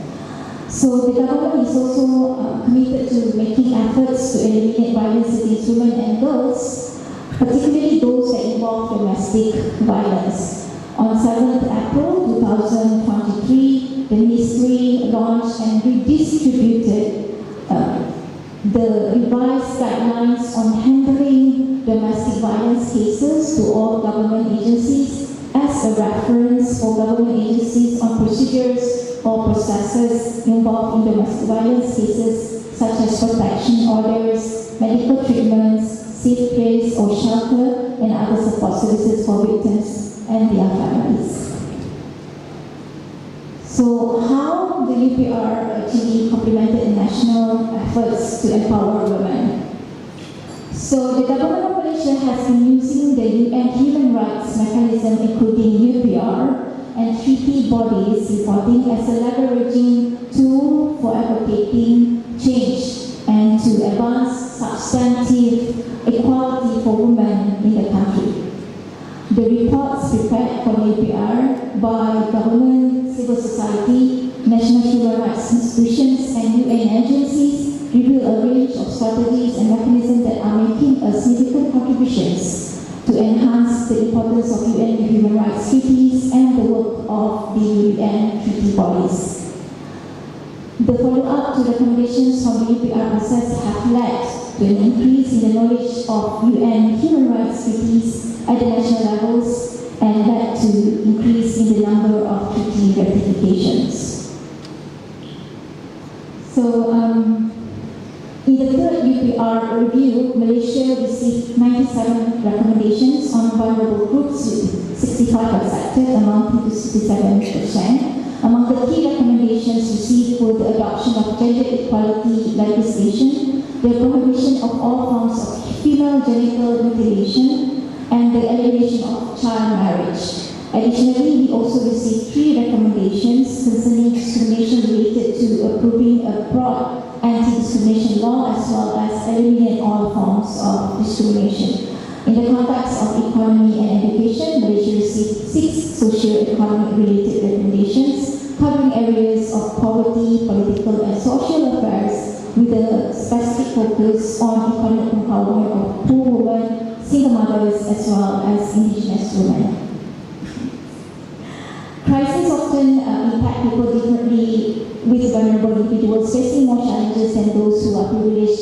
In July 2020, the Social Institute of Malaysia, or ISM, conducted a survey to assess the financial impact of COVID-19 on individuals. Women in the B40 group, particularly those with limited education and no permanent jobs or fixed incomes, were the most disadvantaged during the lockdown. Around 60% of these women requested government assistance for income-generating initiatives, while 30% expressed interest in acquiring new skills through capacity building programs. So in response, the Department of Women Development created a framework that guides development of women's empowerment program. So these initiatives aim to implement and enhance the collaboration with stakeholders to protect women. So under the framework, the focus includes providing skill trainings, emphasizing financial empowerment, highlighting the significance of work-life balance, and prioritizing efforts to achieving equality and self-leadership. So government believes that cooperation with different national stakeholders is necessary to encourage and support the whole UPR implementation progress. While recognizing the commendable strides, the government also recognizes areas of improvement to advance substantive equality for women in the country. Addressing social inequalities and exclusion depends on recognizing and addressing the intersecting factors of age, gender, and disability. Thank you.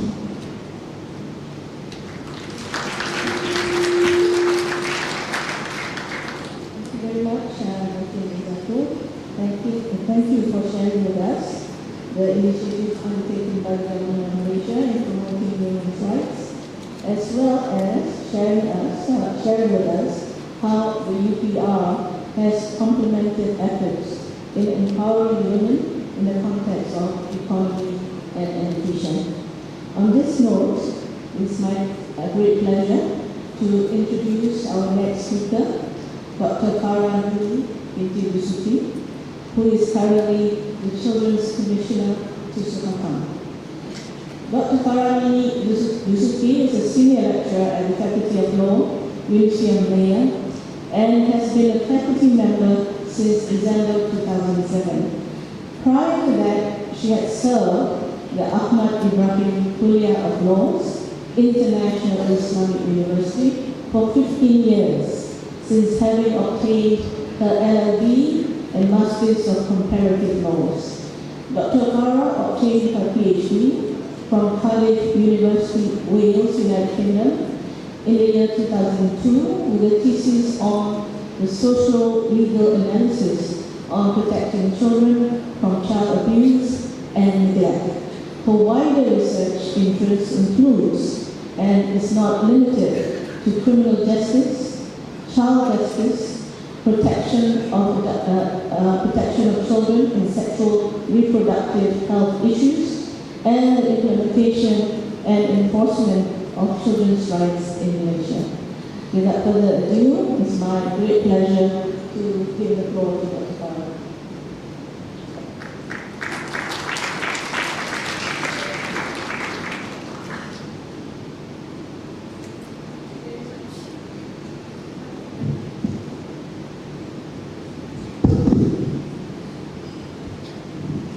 Thank you very much, Halinda, for the kind introduction.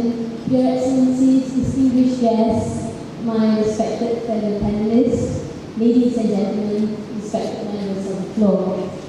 It is certainly an opportune time to be talking on children's rights in Malaysia when just less than a week ago, the House of Commons, the Dewan Rakyat, has unanimously endorsed and passed the amendment bill to the Suharto Act, which officially and statutorily entrenched the office of the Children's Commissioner within the Commission of the National Human Rights of Malaysia, and with additions in positions and roles and functions.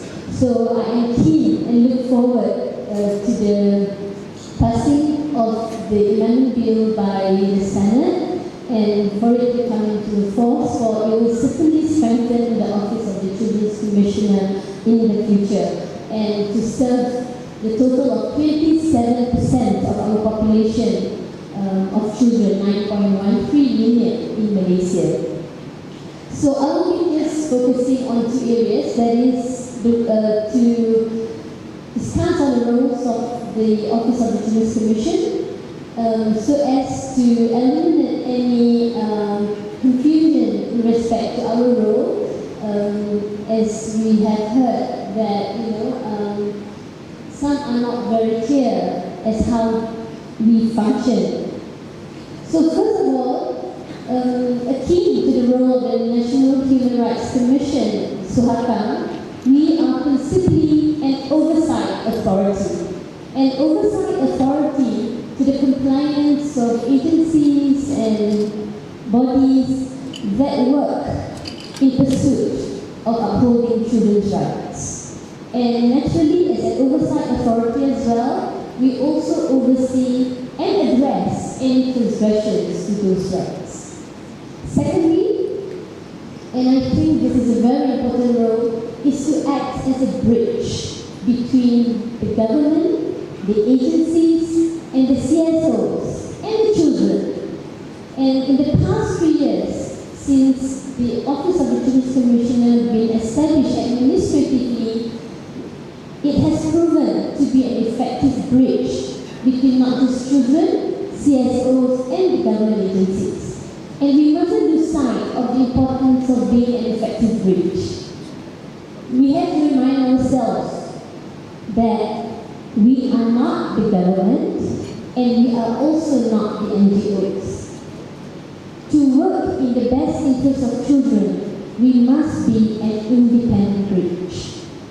And thirdly, and I see this as the most important role really for children, is to be the enabler for the children's voice to be brought forward in all decision-making and policies affecting them. It is their inherent forthright in the Convention on the Rights of the Child to be able to participate in all decisions affecting them. And I sincerely feel that this is the area that we have a long way to go, not just us, many of the states in ASEAN. So that is why it is not just including them in our meetings and discussions, but to really consider their views meaningfully. So it is not just them being the objects of concern, but really active participatory members in any decision-making affecting them. And towards achieving and towards exercising these roles, we have 3 immediate plans for the Office of the Children's Commission. The first one is the mapping exercise, robust mapping of all services and agencies working towards children, for children. This is important so that we will not be reinventing new wheels unnecessarily. It is important to really make use of what we already have and strengthen this further. We hear many people working very hard for children, but most of the time, many of them are working in silos. As a result, children fall through the cracks. So it is very important to map out and see what we already have and strengthen best practices and replicate those best practices across the board so that all children, regardless of their status, will be able to have access to whatever is available for them. The second immediate plan is, of course, a robust promotion of the rights of children and legal literacy on their rights. If we were to list the problems affecting and afflicting children today, the list would be endless. But if we look at the root of all these problems, it is really due to the lack of respect for children's rights and for what they stand for. Children must be seen as persons of their own rights. And if we change our perception to this, our action towards them will be different as well. So that is why it's important. We do not suffer in Malaysia for the lack of legal framework, for the lack of statutes and legislation for children. But what we do suffer is that we do not know enough of them. How many of us here in this room know that it is really a mandatory duty to inform if any of our family member is abusing a child in the same household? How many of us here know that it is a mandatory duty to report to the police station if any child below 18 were to inform us that he or she has been sexually abused in whatever manner? And the Sexual Offences Against Children's Act is really, really extensive. It starts from making the act of child grooming into an offence going all the way into making it an offense for having child sexual abuse materials.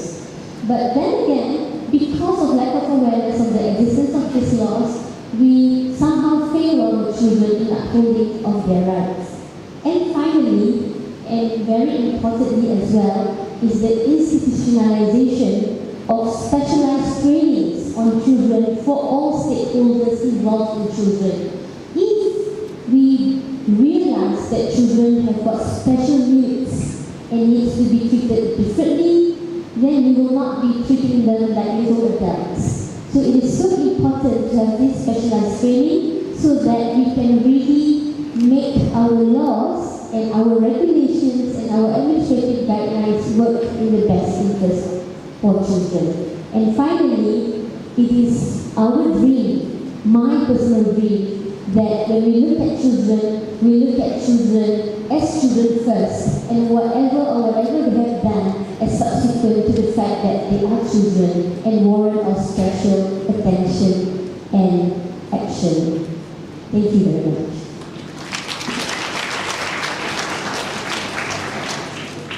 Thank you, Dr. Khan, for elaborating on the role of the Children's Commissioner in relation to advancing the rights of children in Malaysia. We now come to our final speaker, Ms. Win Al-Salim, who will be speaking virtually. Ms. Win Al-Salim was appointed the United Nations Special Rapporteur on Violence Against Women and Girls, its causes and consequences in July 2021 by the United Nations Human Rights Council for a 3-year tenure. She started her tenure on 1st August 2021. Ms. Rim is an independent consultant on gender issues, the rights of refugees and migrants, transitional justice, and humanitarian response. She has also been a visiting professional with the Prosecutor's Office of the International Criminal Court from January to March 2009. Without further ado, it's my honor to give the floor to Ms. Lee.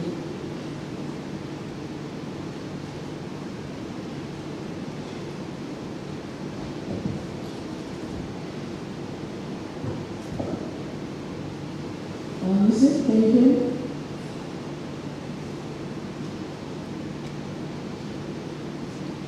Yes, sir? Can you hear us?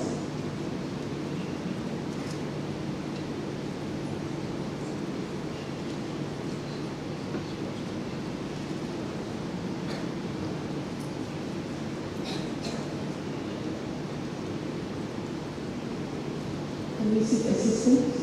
Technical assistance?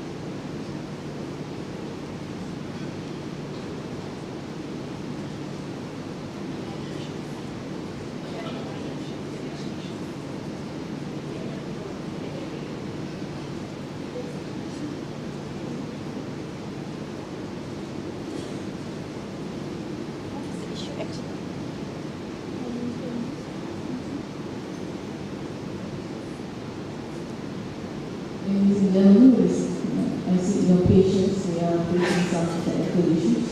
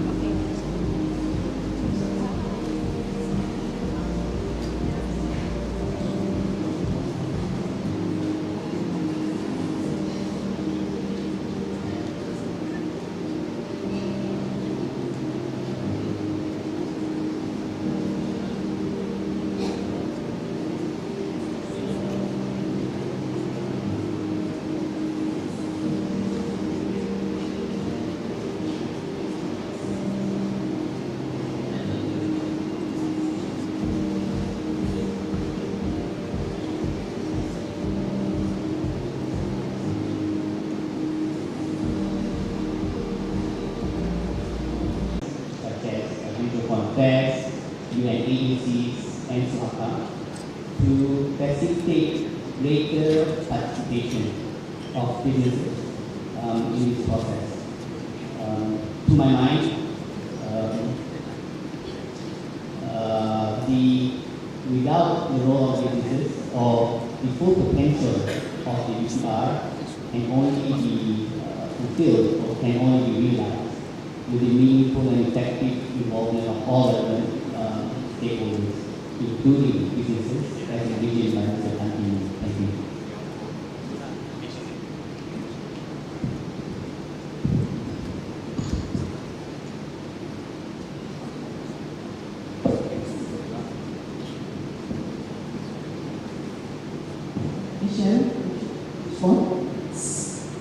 Thank you very much for the representative from the NG. And it is rightly we have pointed out the multi-stakeholders consultations are very vital. And I have to admit that with these structures we have not yet into much engagement with the private sectors. As I recall, one of the pipeline that the government is doing now is developing a business and human rights action plan.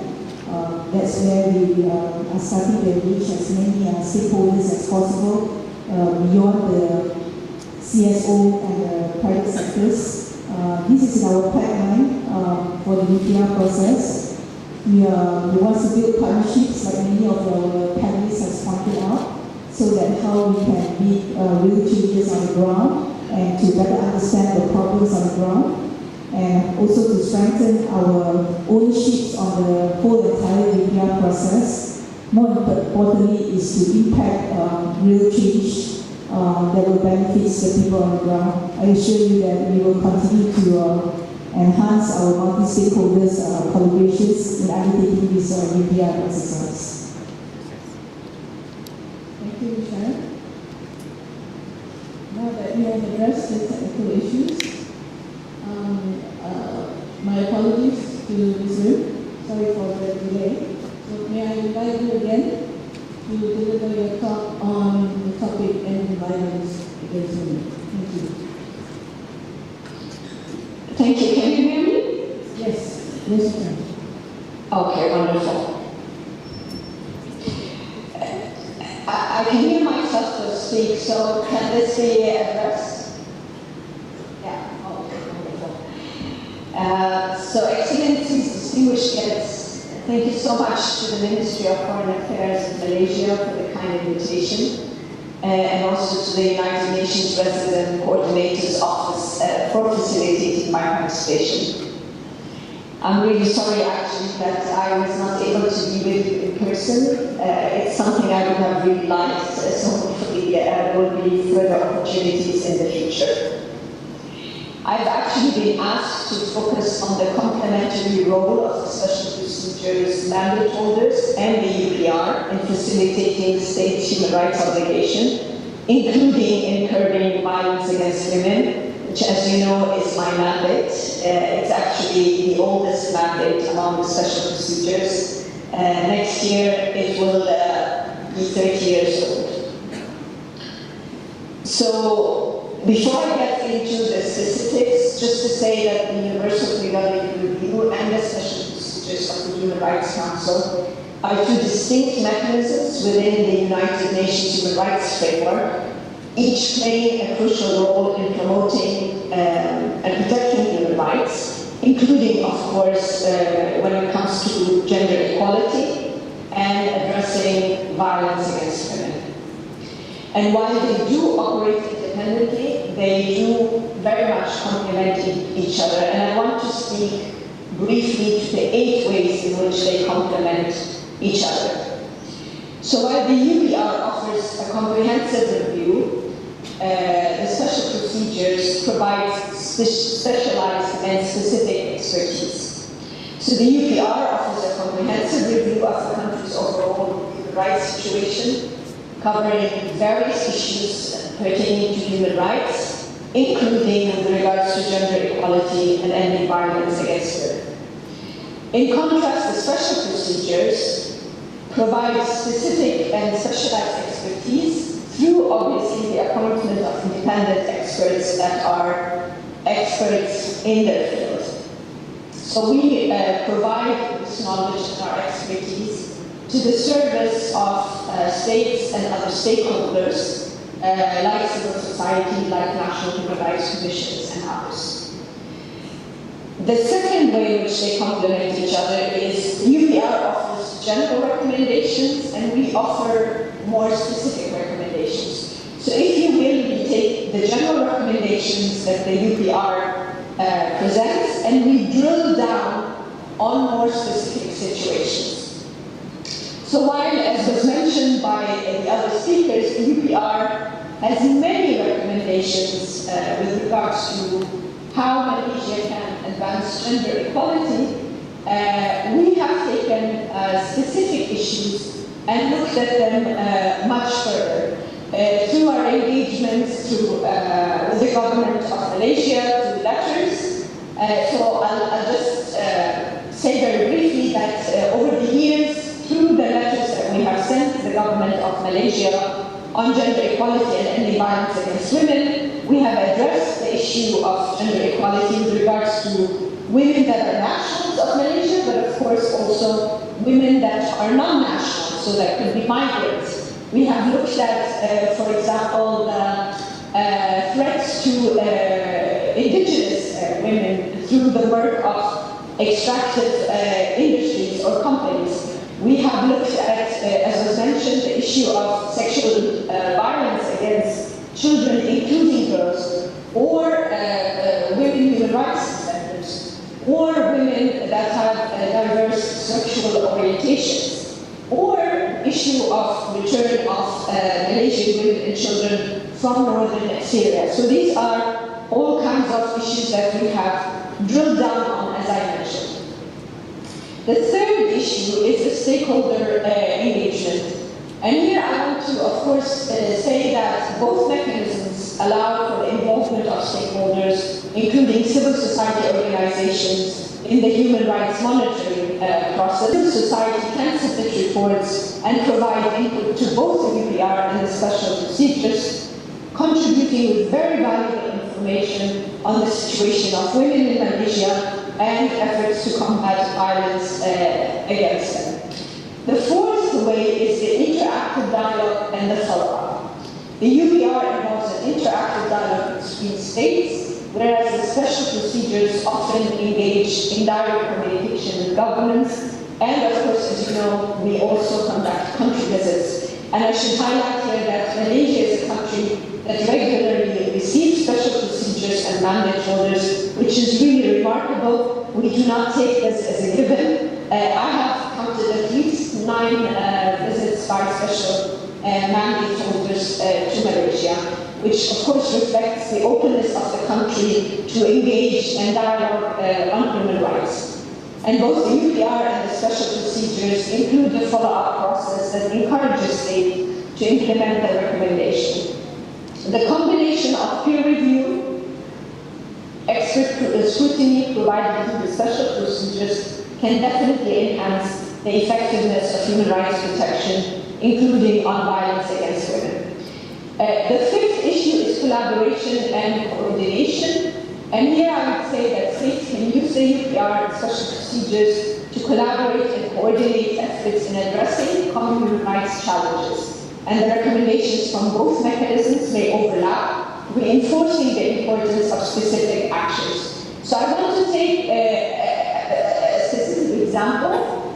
As we studied how Malaysia can enhance equality between men and women in law and in practice, and also how it can adopt more robust measures to combat discriminations. But then, for example, we took, or I took as a mandate holder together with others, the very specific issue of gender discriminatory nationality laws. So that was the subject, for example, of a lecture to the government of Malaysia. And in my last report to the General Assembly on the nexus between violence against women and sleeplessness, I did, for example, mention the very important ruling made by the High Court of Malaysia in 2021, allowing Malaysian mothers married to foreign spouses the right to pass down citizenship to children born abroad. I mentioned this as a good example of the important role that courts can play in order to advance human rights. And of course, we are very much aware that the Court of Appeal unfortunately overturned this decision, and we spoke to this issue in September 2022. But this is a very specific example of how the two come. The sixth issue is international pressure and accountability. Both contribute to creating international pressure and accountability, and the combined scrutiny from peers and independent experts can encourage states to take concrete steps to prevent and address human rights violations. And the seventh way is capacity building and technical assistance. The UPR emphasizes international cooperation and offers a platform for states to provide and receive technical assistance, and the special procedures, particularly through thematic reports, can contribute to building that capacity of states in addressing a human rights issue. And the eighth complementarity is, of course, a special procedures. We can engage very specifically on situation of individual, in my case, an individual woman or a girl, or, of course, on behalf of a group of women and girls, where I think the UPR addresses more systemic and systematic human rights issues. So I will stop here, and once again, thank you for having me, and happy to answer any questions that you may have. Thank you very much. Thank you for explaining to us the complementary role of the special procedure holder and the UDHR in facilitating states' human rights obligations and on that note, we continue with the question and answer session. Since we have time constraint, we'll have about 10 minutes or so for question and answer. I now open the floor. Yes, sir.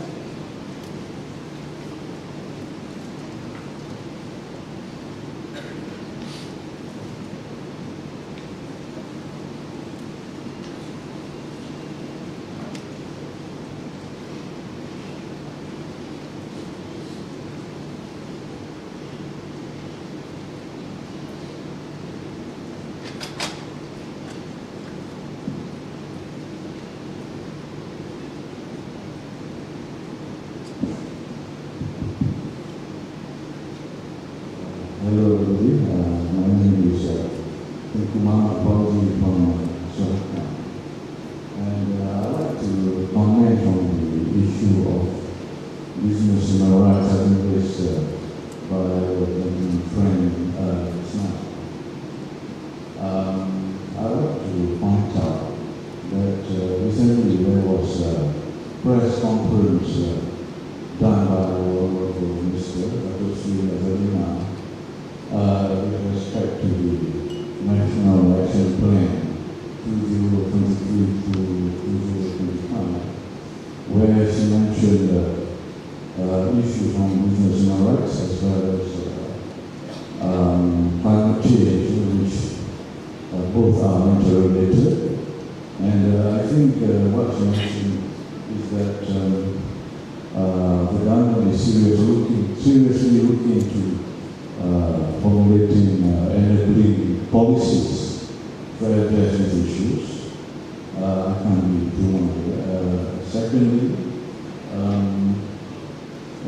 sort of comparative studies will be done together with the CSOs, NGOs, as well as other government agencies on how to move forward on these issues. And a steering committee, thirdly, a steering committee will be formed to be chaired by the Honorable Minister. So I think from this angle, there has been a serious move on the part of the government to tackle these issues. And as far as Sri is concerned, we have been actively engaged with the business communities by visiting them, for example, sun plantations, and we have had forums, we participated in the forums organized by Petronas, and so on. So I think it is hopeful that we would advance more in this branch of business, human rights, and climate change. Thank you.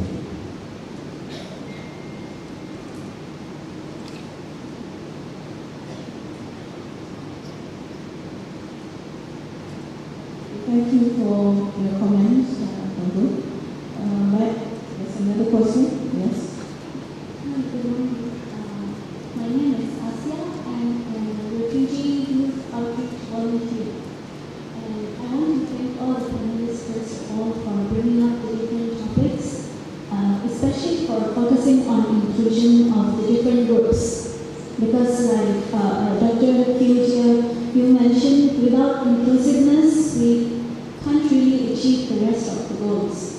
So as a refugee myself, I'm here looking at these rights and I'm questioning, are these rights applicable just to the people here, Malaysians, or is it also applicable to refugees? Because when I read these articles 1, 2, 3, 4, 5, 6, 7, 8, 9, 10, 11, 12, 13, 14, 15, 17, 18, 19, 20, 21, 22, 24, 25, 26, 27, 28, 29 are violated for me as a refugee and also for all the refugees that I'm standing here and speaking on behalf.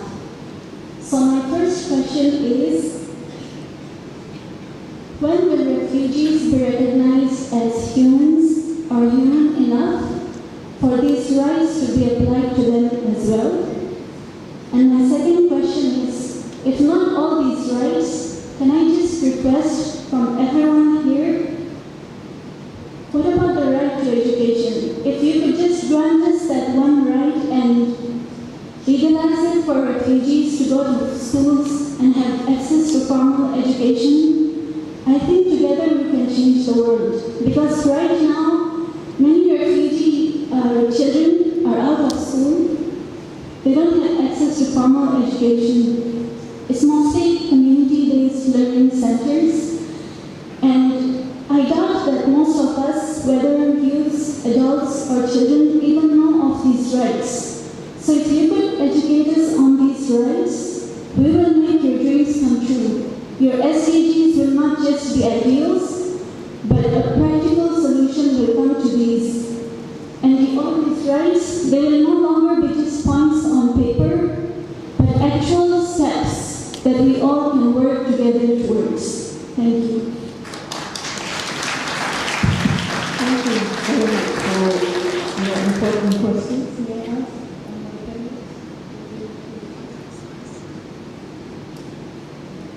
Thank you very much, Aisha, for both comments and questions. When you mentioned right to education, last week the Office of Civil Commission in Sarawak has just launched our policy brief on the right to education, and we were congratulated in that event by the Minister herself. Whilst it is also our dream that all children be given equal access, but of course there are steps towards that because of various constraints and limitations. So I can just summarize here. One of the key points that is in the policy brief is that to give recognition to all alternative learning centres and to community learning centres so that children graduating from these centres can proceed for tertiary education. We don't have many success stories yet, but we did have few that were shared during that launch of children from these alternative learning centres who have proceeded to local universities. Secondly, eventually, of course, we would hope that all children be allowed to enter public schools, but we do realize the constraints that the government is facing, and therefore, in the policy brief as well, we have provided some solutions. Some are short-term and some are long-term, because at the end of the day, that will be the ultimate solution that is like Thailand, that does not, even Thailand who has been doing it since 2005, there are still children who are not able to be in public schools and they still have alternative learning centres and community learning centers as alternatives. So that will be my take on the right to education.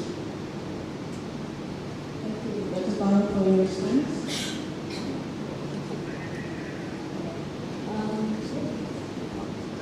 I think it's really important that you ask a question at a forum like this. I think it really highlights the fracture between commitment and reality. And I think it calls, calls us to shine a bright, harsh light on the inabilities and the things that are causing friction in terms of now that we acknowledge these rights, why are we having trouble translating them into our domestic law, into our institutions, into our systems, into our programs, onto the ground? Because until that happens, when these rights are dead, they are not yet alive. I think it is important for us to keep pushing, because it's the fact that it is difficult doesn't mean that it isn't important. The time that it takes means that lives, potentials, and aspirations are squandered. People are deprived of their dignity, and we all suffer for it. But we would like to forget about that because it will be convenient. Because we would say things like it is what it is. But I think it's very important for us to be able to hold that dysfunction, to acknowledge that, and work towards changing our systems within our own spheres of influence. I think that's very, very important. Can I just make a quick comment on what Tengku Fauzi also talked about in the question from Qasim? I think I like Qasim's question because it is refreshing to hear a voice from the private sector asking to be involved in business and human rights concerns. I think, unfortunately, it's refreshing because it's a rare voice that you would hear. Generally, the private sector would like to minimize responsibility and would like to have nothing to do with a role of, for example, having any duty to protect human rights. But I think it is crucial that there is leadership in the private sector who would step up and say that because we know better, we can do better, and we want to do better. And because these are the businesses that will become more competitive in the future. And we want our economy to be strengthened by business players, entrepreneurs who have that kind of fiber, right? Who have that kind of leadership. And so I thought that was very commendable. Thank you. Thank you for your response. Ladies and gentlemen, we only have time for one more question. And if you do have any other question? Anyone?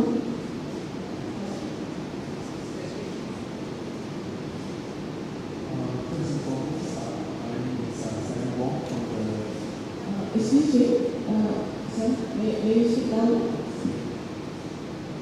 First and foremost, thank you to the panelists today. My name is Simon Wong from the United Kingdom and Malaysian Law Students Union.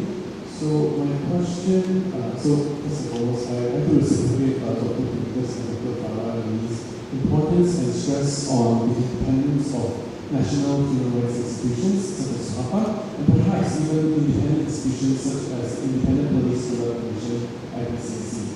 However, when we read the recent amendments tabled or the IPCC bill that was passed last year, there is an obvious lack of independence. For example, in the selection in the Secretary of the IPCC Commission, the Secretary is selected by the Home Minister. Or when we consider that within the amendments of the SUHAPA Act, there was no changes in SUHAPA's ability to visit detention centers, detention facilities unannounced. So my question is for all the panelists present, how can we ensure greater independence when so many stakeholders are at play? And what are the initiatives Malaysia should take when moving forward? Thank you very much.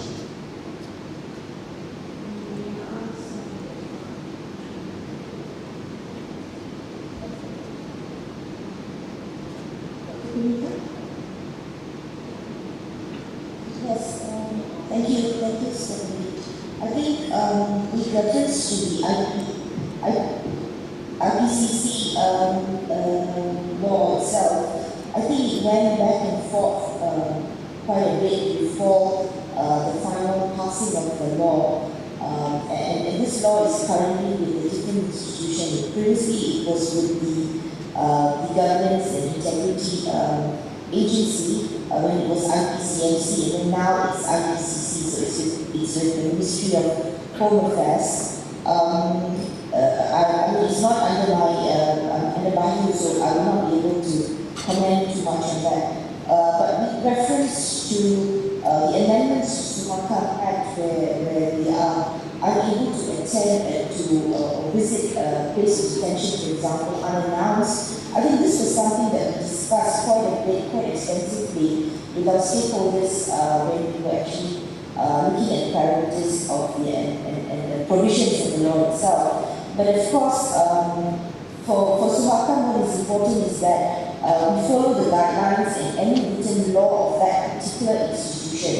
I think as long as we comply to that, and we've also agreed with KDN that we will come up with sufficient, a good SOP for us to follow, for Suharto to follow, when we want to visit a particular place of detention. As long as we have that in place, I think we do not have any issues. And I think in the amendments to Section 4, we also mentioned that if Suharto were to follow all the guidelines and the written laws accordingly, no place of detention or institution can actually prevent them from conducting their visit. I think that would cover that bit. But just going back to your question on how do we actually work together in order to strengthen, with so many stakeholders. I think the key is for us to all work together, because it's not just the government that plays an important role, but it's even the private sector, the CSOs, the NGOs. So for us at Bahu, when we actually draft laws, legislation, it's very important for us to have engagement sessions. So to come up with one piece of legislation, we'll have 10, 15 engagement sessions with different people at grassroots level, for example, to ensure that everyone's buy-in is there and that particular piece of legislation could withstand all form of comments before it actually goes to Parliament and is passed. So it is not just a single entity that plays a part. We have to work together to make things happen, especially in reference to human rights. Ms. Wu, would you like to respond to the question? Yes, thank you. I'd like to just briefly speak to the independence of national human rights commissions. As you know, the Paris Principles do request that national human rights institutions cooperate with the United Nations in the area of protection and promotion of human rights. And of course, national human rights commissions have a very strong and long record of cooperating also with the Human Rights Council and its predecessor.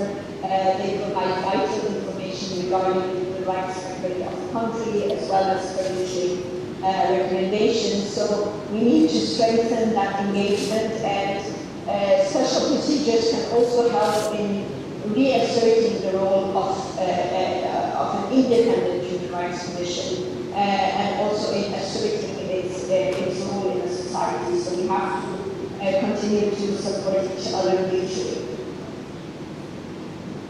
Thank you for your replies. May I call upon?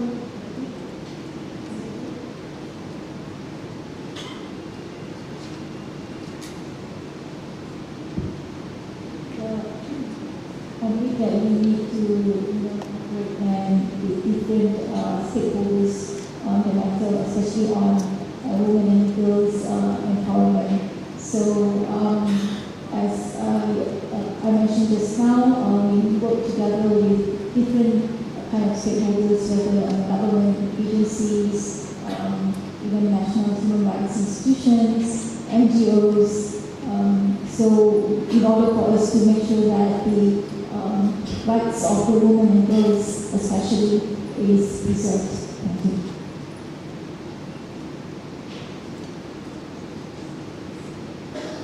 Perhaps I'd also like to wrap up that the key of our discussion here is to have constructive engagement and also the importance of having multi-stakeholders consultations whenever the government is intending to undertake a new human rights commitment or acceding to any human rights conventions. It is important for us to do so to ensure that all the views of our people, especially the grassroots people, are directly impacted by the policies taken on board. And we again emphasize that it's important for us to continue to have this very constructive, pragmatic, and also inclusive approach when approaching all human rights issues in Malaysia.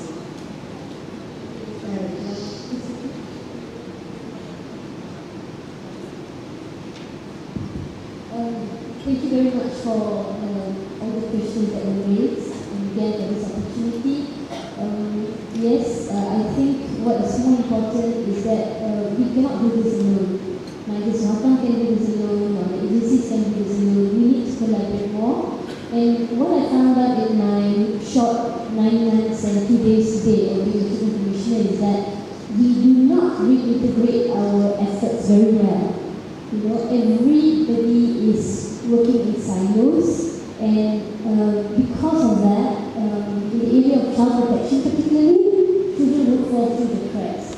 So let's hope that 2024 will pave better way towards greater collaboration among all of us, agencies, government, ministries, CSOs, and children definitely, and hopefully we'll be able to integrate our efforts more efficiently.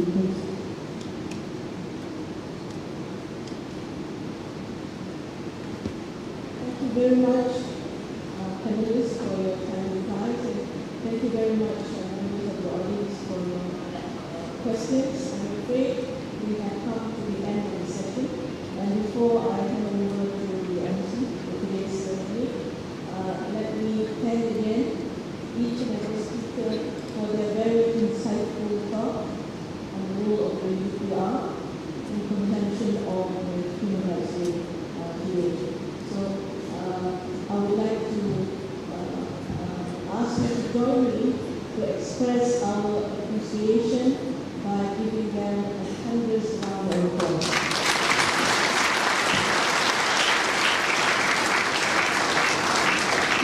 Thank you. Short ceremony and video. Then after that I do closing. Mike.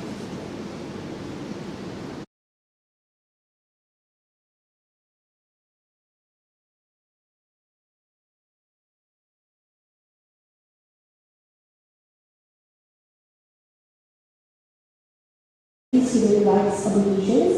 We also recommend that the Prime Minister's discussion on how Malaysia will be able to address the challenges and move forward in attaining its national goals of human rights priorities through the UDHR agenda. I would like now to invite Madam Director and the rest of our panelists to be seated together with our two panelists online for a group photo.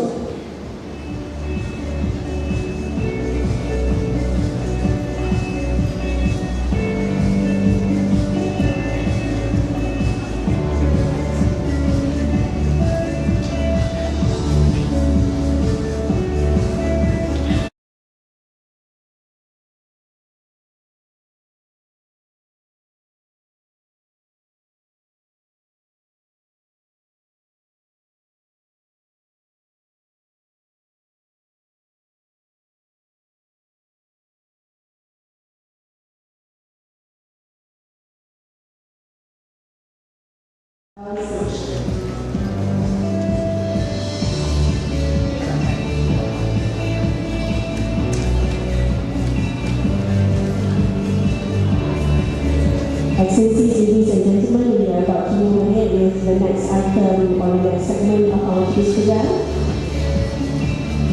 Please bear with us while we clear the stage to accommodate the next segment of our program.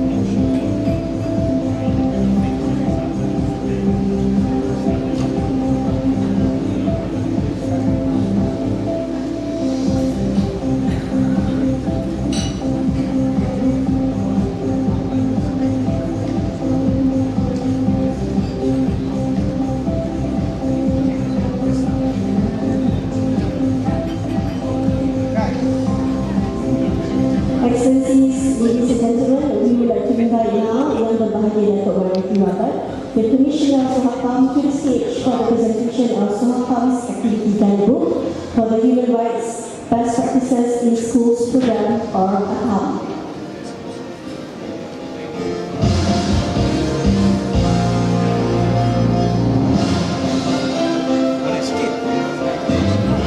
We also formally would like to invite Cikgu Aisyah Nanda, Guidance Counselor for the Ministry of Education, Puan Zainullah Haji Muhammad, Principal of Sekolah Kebangsaan Wangsa Melawati, and Cikgu Nur Shazira Kadir, Guidance Counselor from Sekolah Kebangsaan Kiara Mas, to join Yang Berbahagia Datuk Marati for this symbolic ceremony.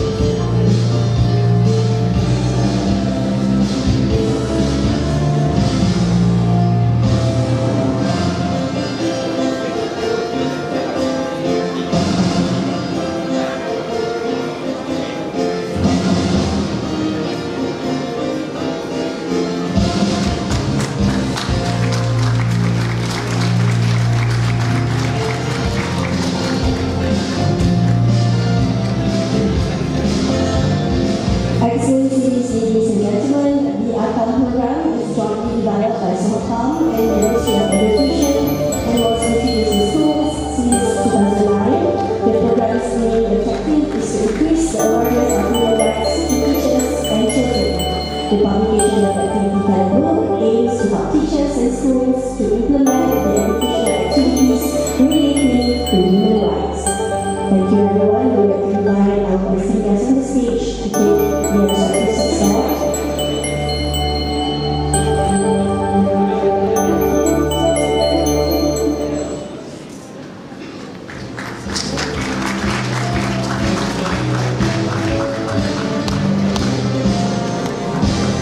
We now would like to invite all Sohakam commissioners to the stage for another group photography in order to commemorate the launch of AHAM.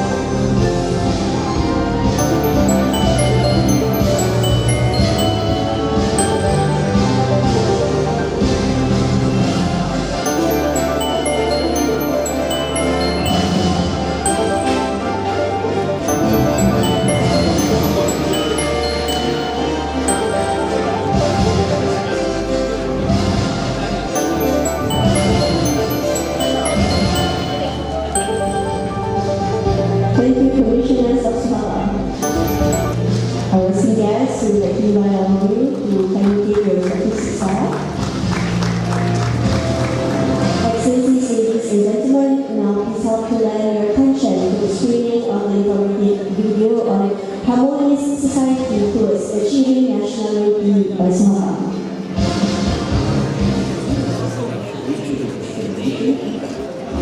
From a legal point of view, everyone is entitled to their and equal protection. These fundamental rights have been enshrined under Article 8 of the Federal Constitution as may be specified in the Constitution. Malaysia is a multiracial country with diverse languages and cultural backgrounds, consisting of more than 80 different ethnic groups in the peninsula, Sabah and Sarawak. In a human rights context, any form of discrimination towards a person is considered a human rights violation. Did you know Malaysia became a member state of the United Nations in 1957?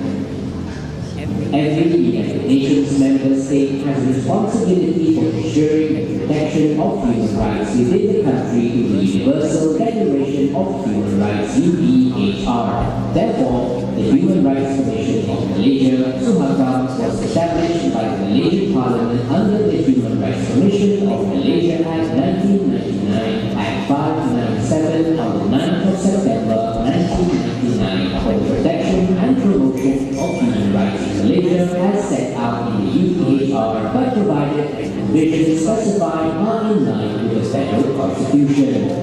We as Malaysians must uphold the principles of the Rukun Negara, a national ideology that was declared on the 31st of August 1970. The spirit and values of Rukun Negara is not just to be read and remembered, but it has to be practiced by all Malaysians. It represents the basis for racial unity that is essential to ensure prosperity and stability of the country. Let's learn about racial discrimination. Under international law, the term racial discrimination shall mean any distinction, exclusion, restriction, or preference based on race, color, descent, or national or ethnic origin, which has the purpose or effect of nullifying or impairing the recognition, enjoyment or exercise on an equal footing of human rights and fundamental freedoms in the political, economic, social, cultural, or any other field of public life. In general, racial discrimination can occur if the impact can cause undermining effect towards the fundamental rights of the person resulting from any form of inappropriate and unreasonable action from any group that is differentiated by four main elements, namely race, skin color, descent, nationality, or ethnic origin. Malaysia's participation in international treaties is one of the steps in addressing issues of discrimination and to respect and protect the rights of the oppressed. Until now, Malaysia has acceded to 3 core international treaties, namely the Convention on the Elimination of All Forms of Discrimination Against Women (CEDAW), the Convention on the Rights of the Child (CRC), and the Convention on the Rights of Persons with Disabilities (CRPE). Racial discrimination can occur in various situations. For example, selection criteria of employment based on race, color, descent, or ethnicity, discrimination in the right to adequate housing in relation to renting or buying a house, race-based hate speech toward a person on social media. As concerned citizens, we can play a role in combating racial discrimination through encouraging inclusive participation consisting of people of different races, empowering yourself in human rights education, reporting any human rights violation to Suhaka. Let us stand up against racial discrimination by expressing our love and respect towards achieving prosperity and national unity. For more information, please contact Suhaka. Excellencies, ladies and gentlemen, the video just now is part of Suhakam's campaign to fight against racial discrimination and xenophobia outlined in Suhakam's 2021 until 2025 strategic plan. The main aim of this plan is for Malaysia to achieve a united, harmonious society that is equal and just.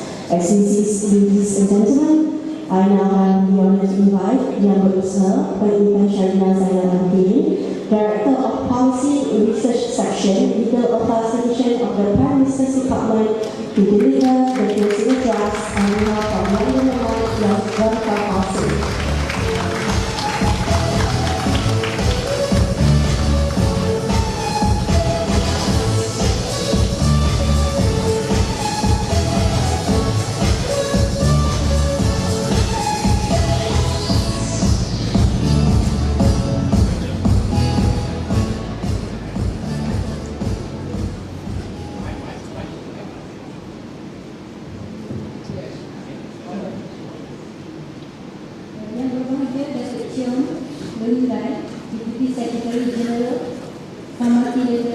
Ministry of Foreign Affairs. Yang berbahagia Dato' Merati Robert, Commissioner, Human Rights Commission of Malaysia, also welcome.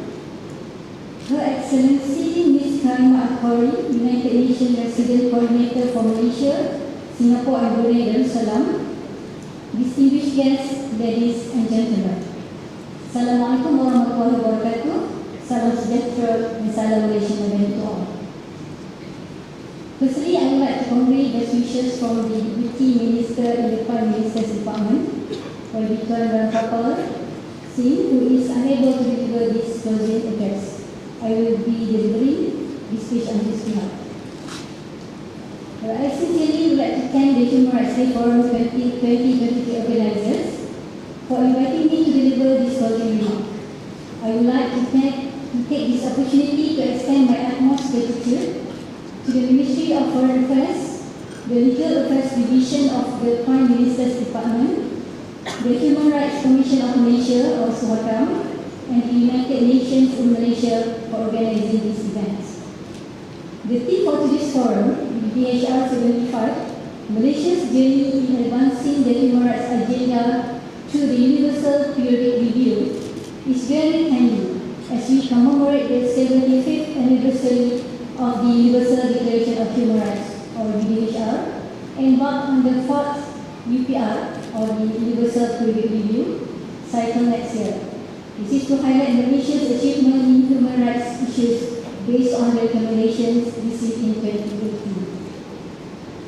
I'm pleased that this annual forum has provided an opportunity to reflect on Malaysia's accomplishments and identify areas for enhancement in the realm of human rights. Committing to these principles is paramount, and forums like what we have now play a crucial role in fostering a culture of rights and justice in our nation. Ladies and gentlemen, the government is very committed to ensuring every Malaysian can practice their rights, as stated in our federal constitution. Within a year, the government led by the Honourable Prime Minister Datuk Sri Anwar Ibrahim has worked towards the aspiration to uphold the human rights agenda to various institutional reforms. Among the significant changes achieved is abolishing the mandatory death penalty, which came into effect last July. This policy and legal reform is also one of the recommendations received during the UPR cycle in 2018, which signifies the government's collective aspiration to strengthen the country's human rights principles. The government has also amended the Penal and Criminal Procedure Code to make stalking a crime in April 2023. This significant amendment, which is more commonly addressed as the anti-stalking provision at this moment, improve Malaysia's response to gender-based violence, while at the same time providing relief and protection for survivors for both physical and online stalking. Understanding the vital role of the Human Rights Commission of Malaysia, or Symbolic, in ensuring that the promotion and protection of human rights is consistently upheld, the government also tabled the amendment to the Symbolic Act just 2 weeks ago at the House of Representatives. The amendments, which aim to expand the function and powers of Symbolic, are opportune, as it will equip Symbolic with the necessary institutional strength it requires to promote further and uphold human rights in Malaysia more effectively and efficiently. Apart from that, the appointment of commissioners from diverse backgrounds, including persons with disabilities, will further amplify their voices, allowing the marginalized community access to better opportunities. Considering Symbolic, the Madani government will continue to ensure that the upcoming Symbolic annual report is tabled and debated in Parliament. The debate on Symbolic annual report is a testament to the Madani's government aspiration to provide space and opportunity to discuss human rights issues in Malaysia. In the same vein, the government is also proposing to launch the National Action Plan on Human and Human Rights, or known as NAPHR, by the end of 2024. With the NAPHR soon to take place, the government is confident that issues related to human rights violations due to business activities can be controlled and hopefully significantly reduced. Distinguished guests, the reforms that were previously mentioned are among the many reform agendas that have been implemented further to strengthen human rights principles in Malaysia. I also want to assure all of you that the government is committed to enacting beneficial laws as it is, to ensuring that the enforcement of these laws will be thoroughly looked into.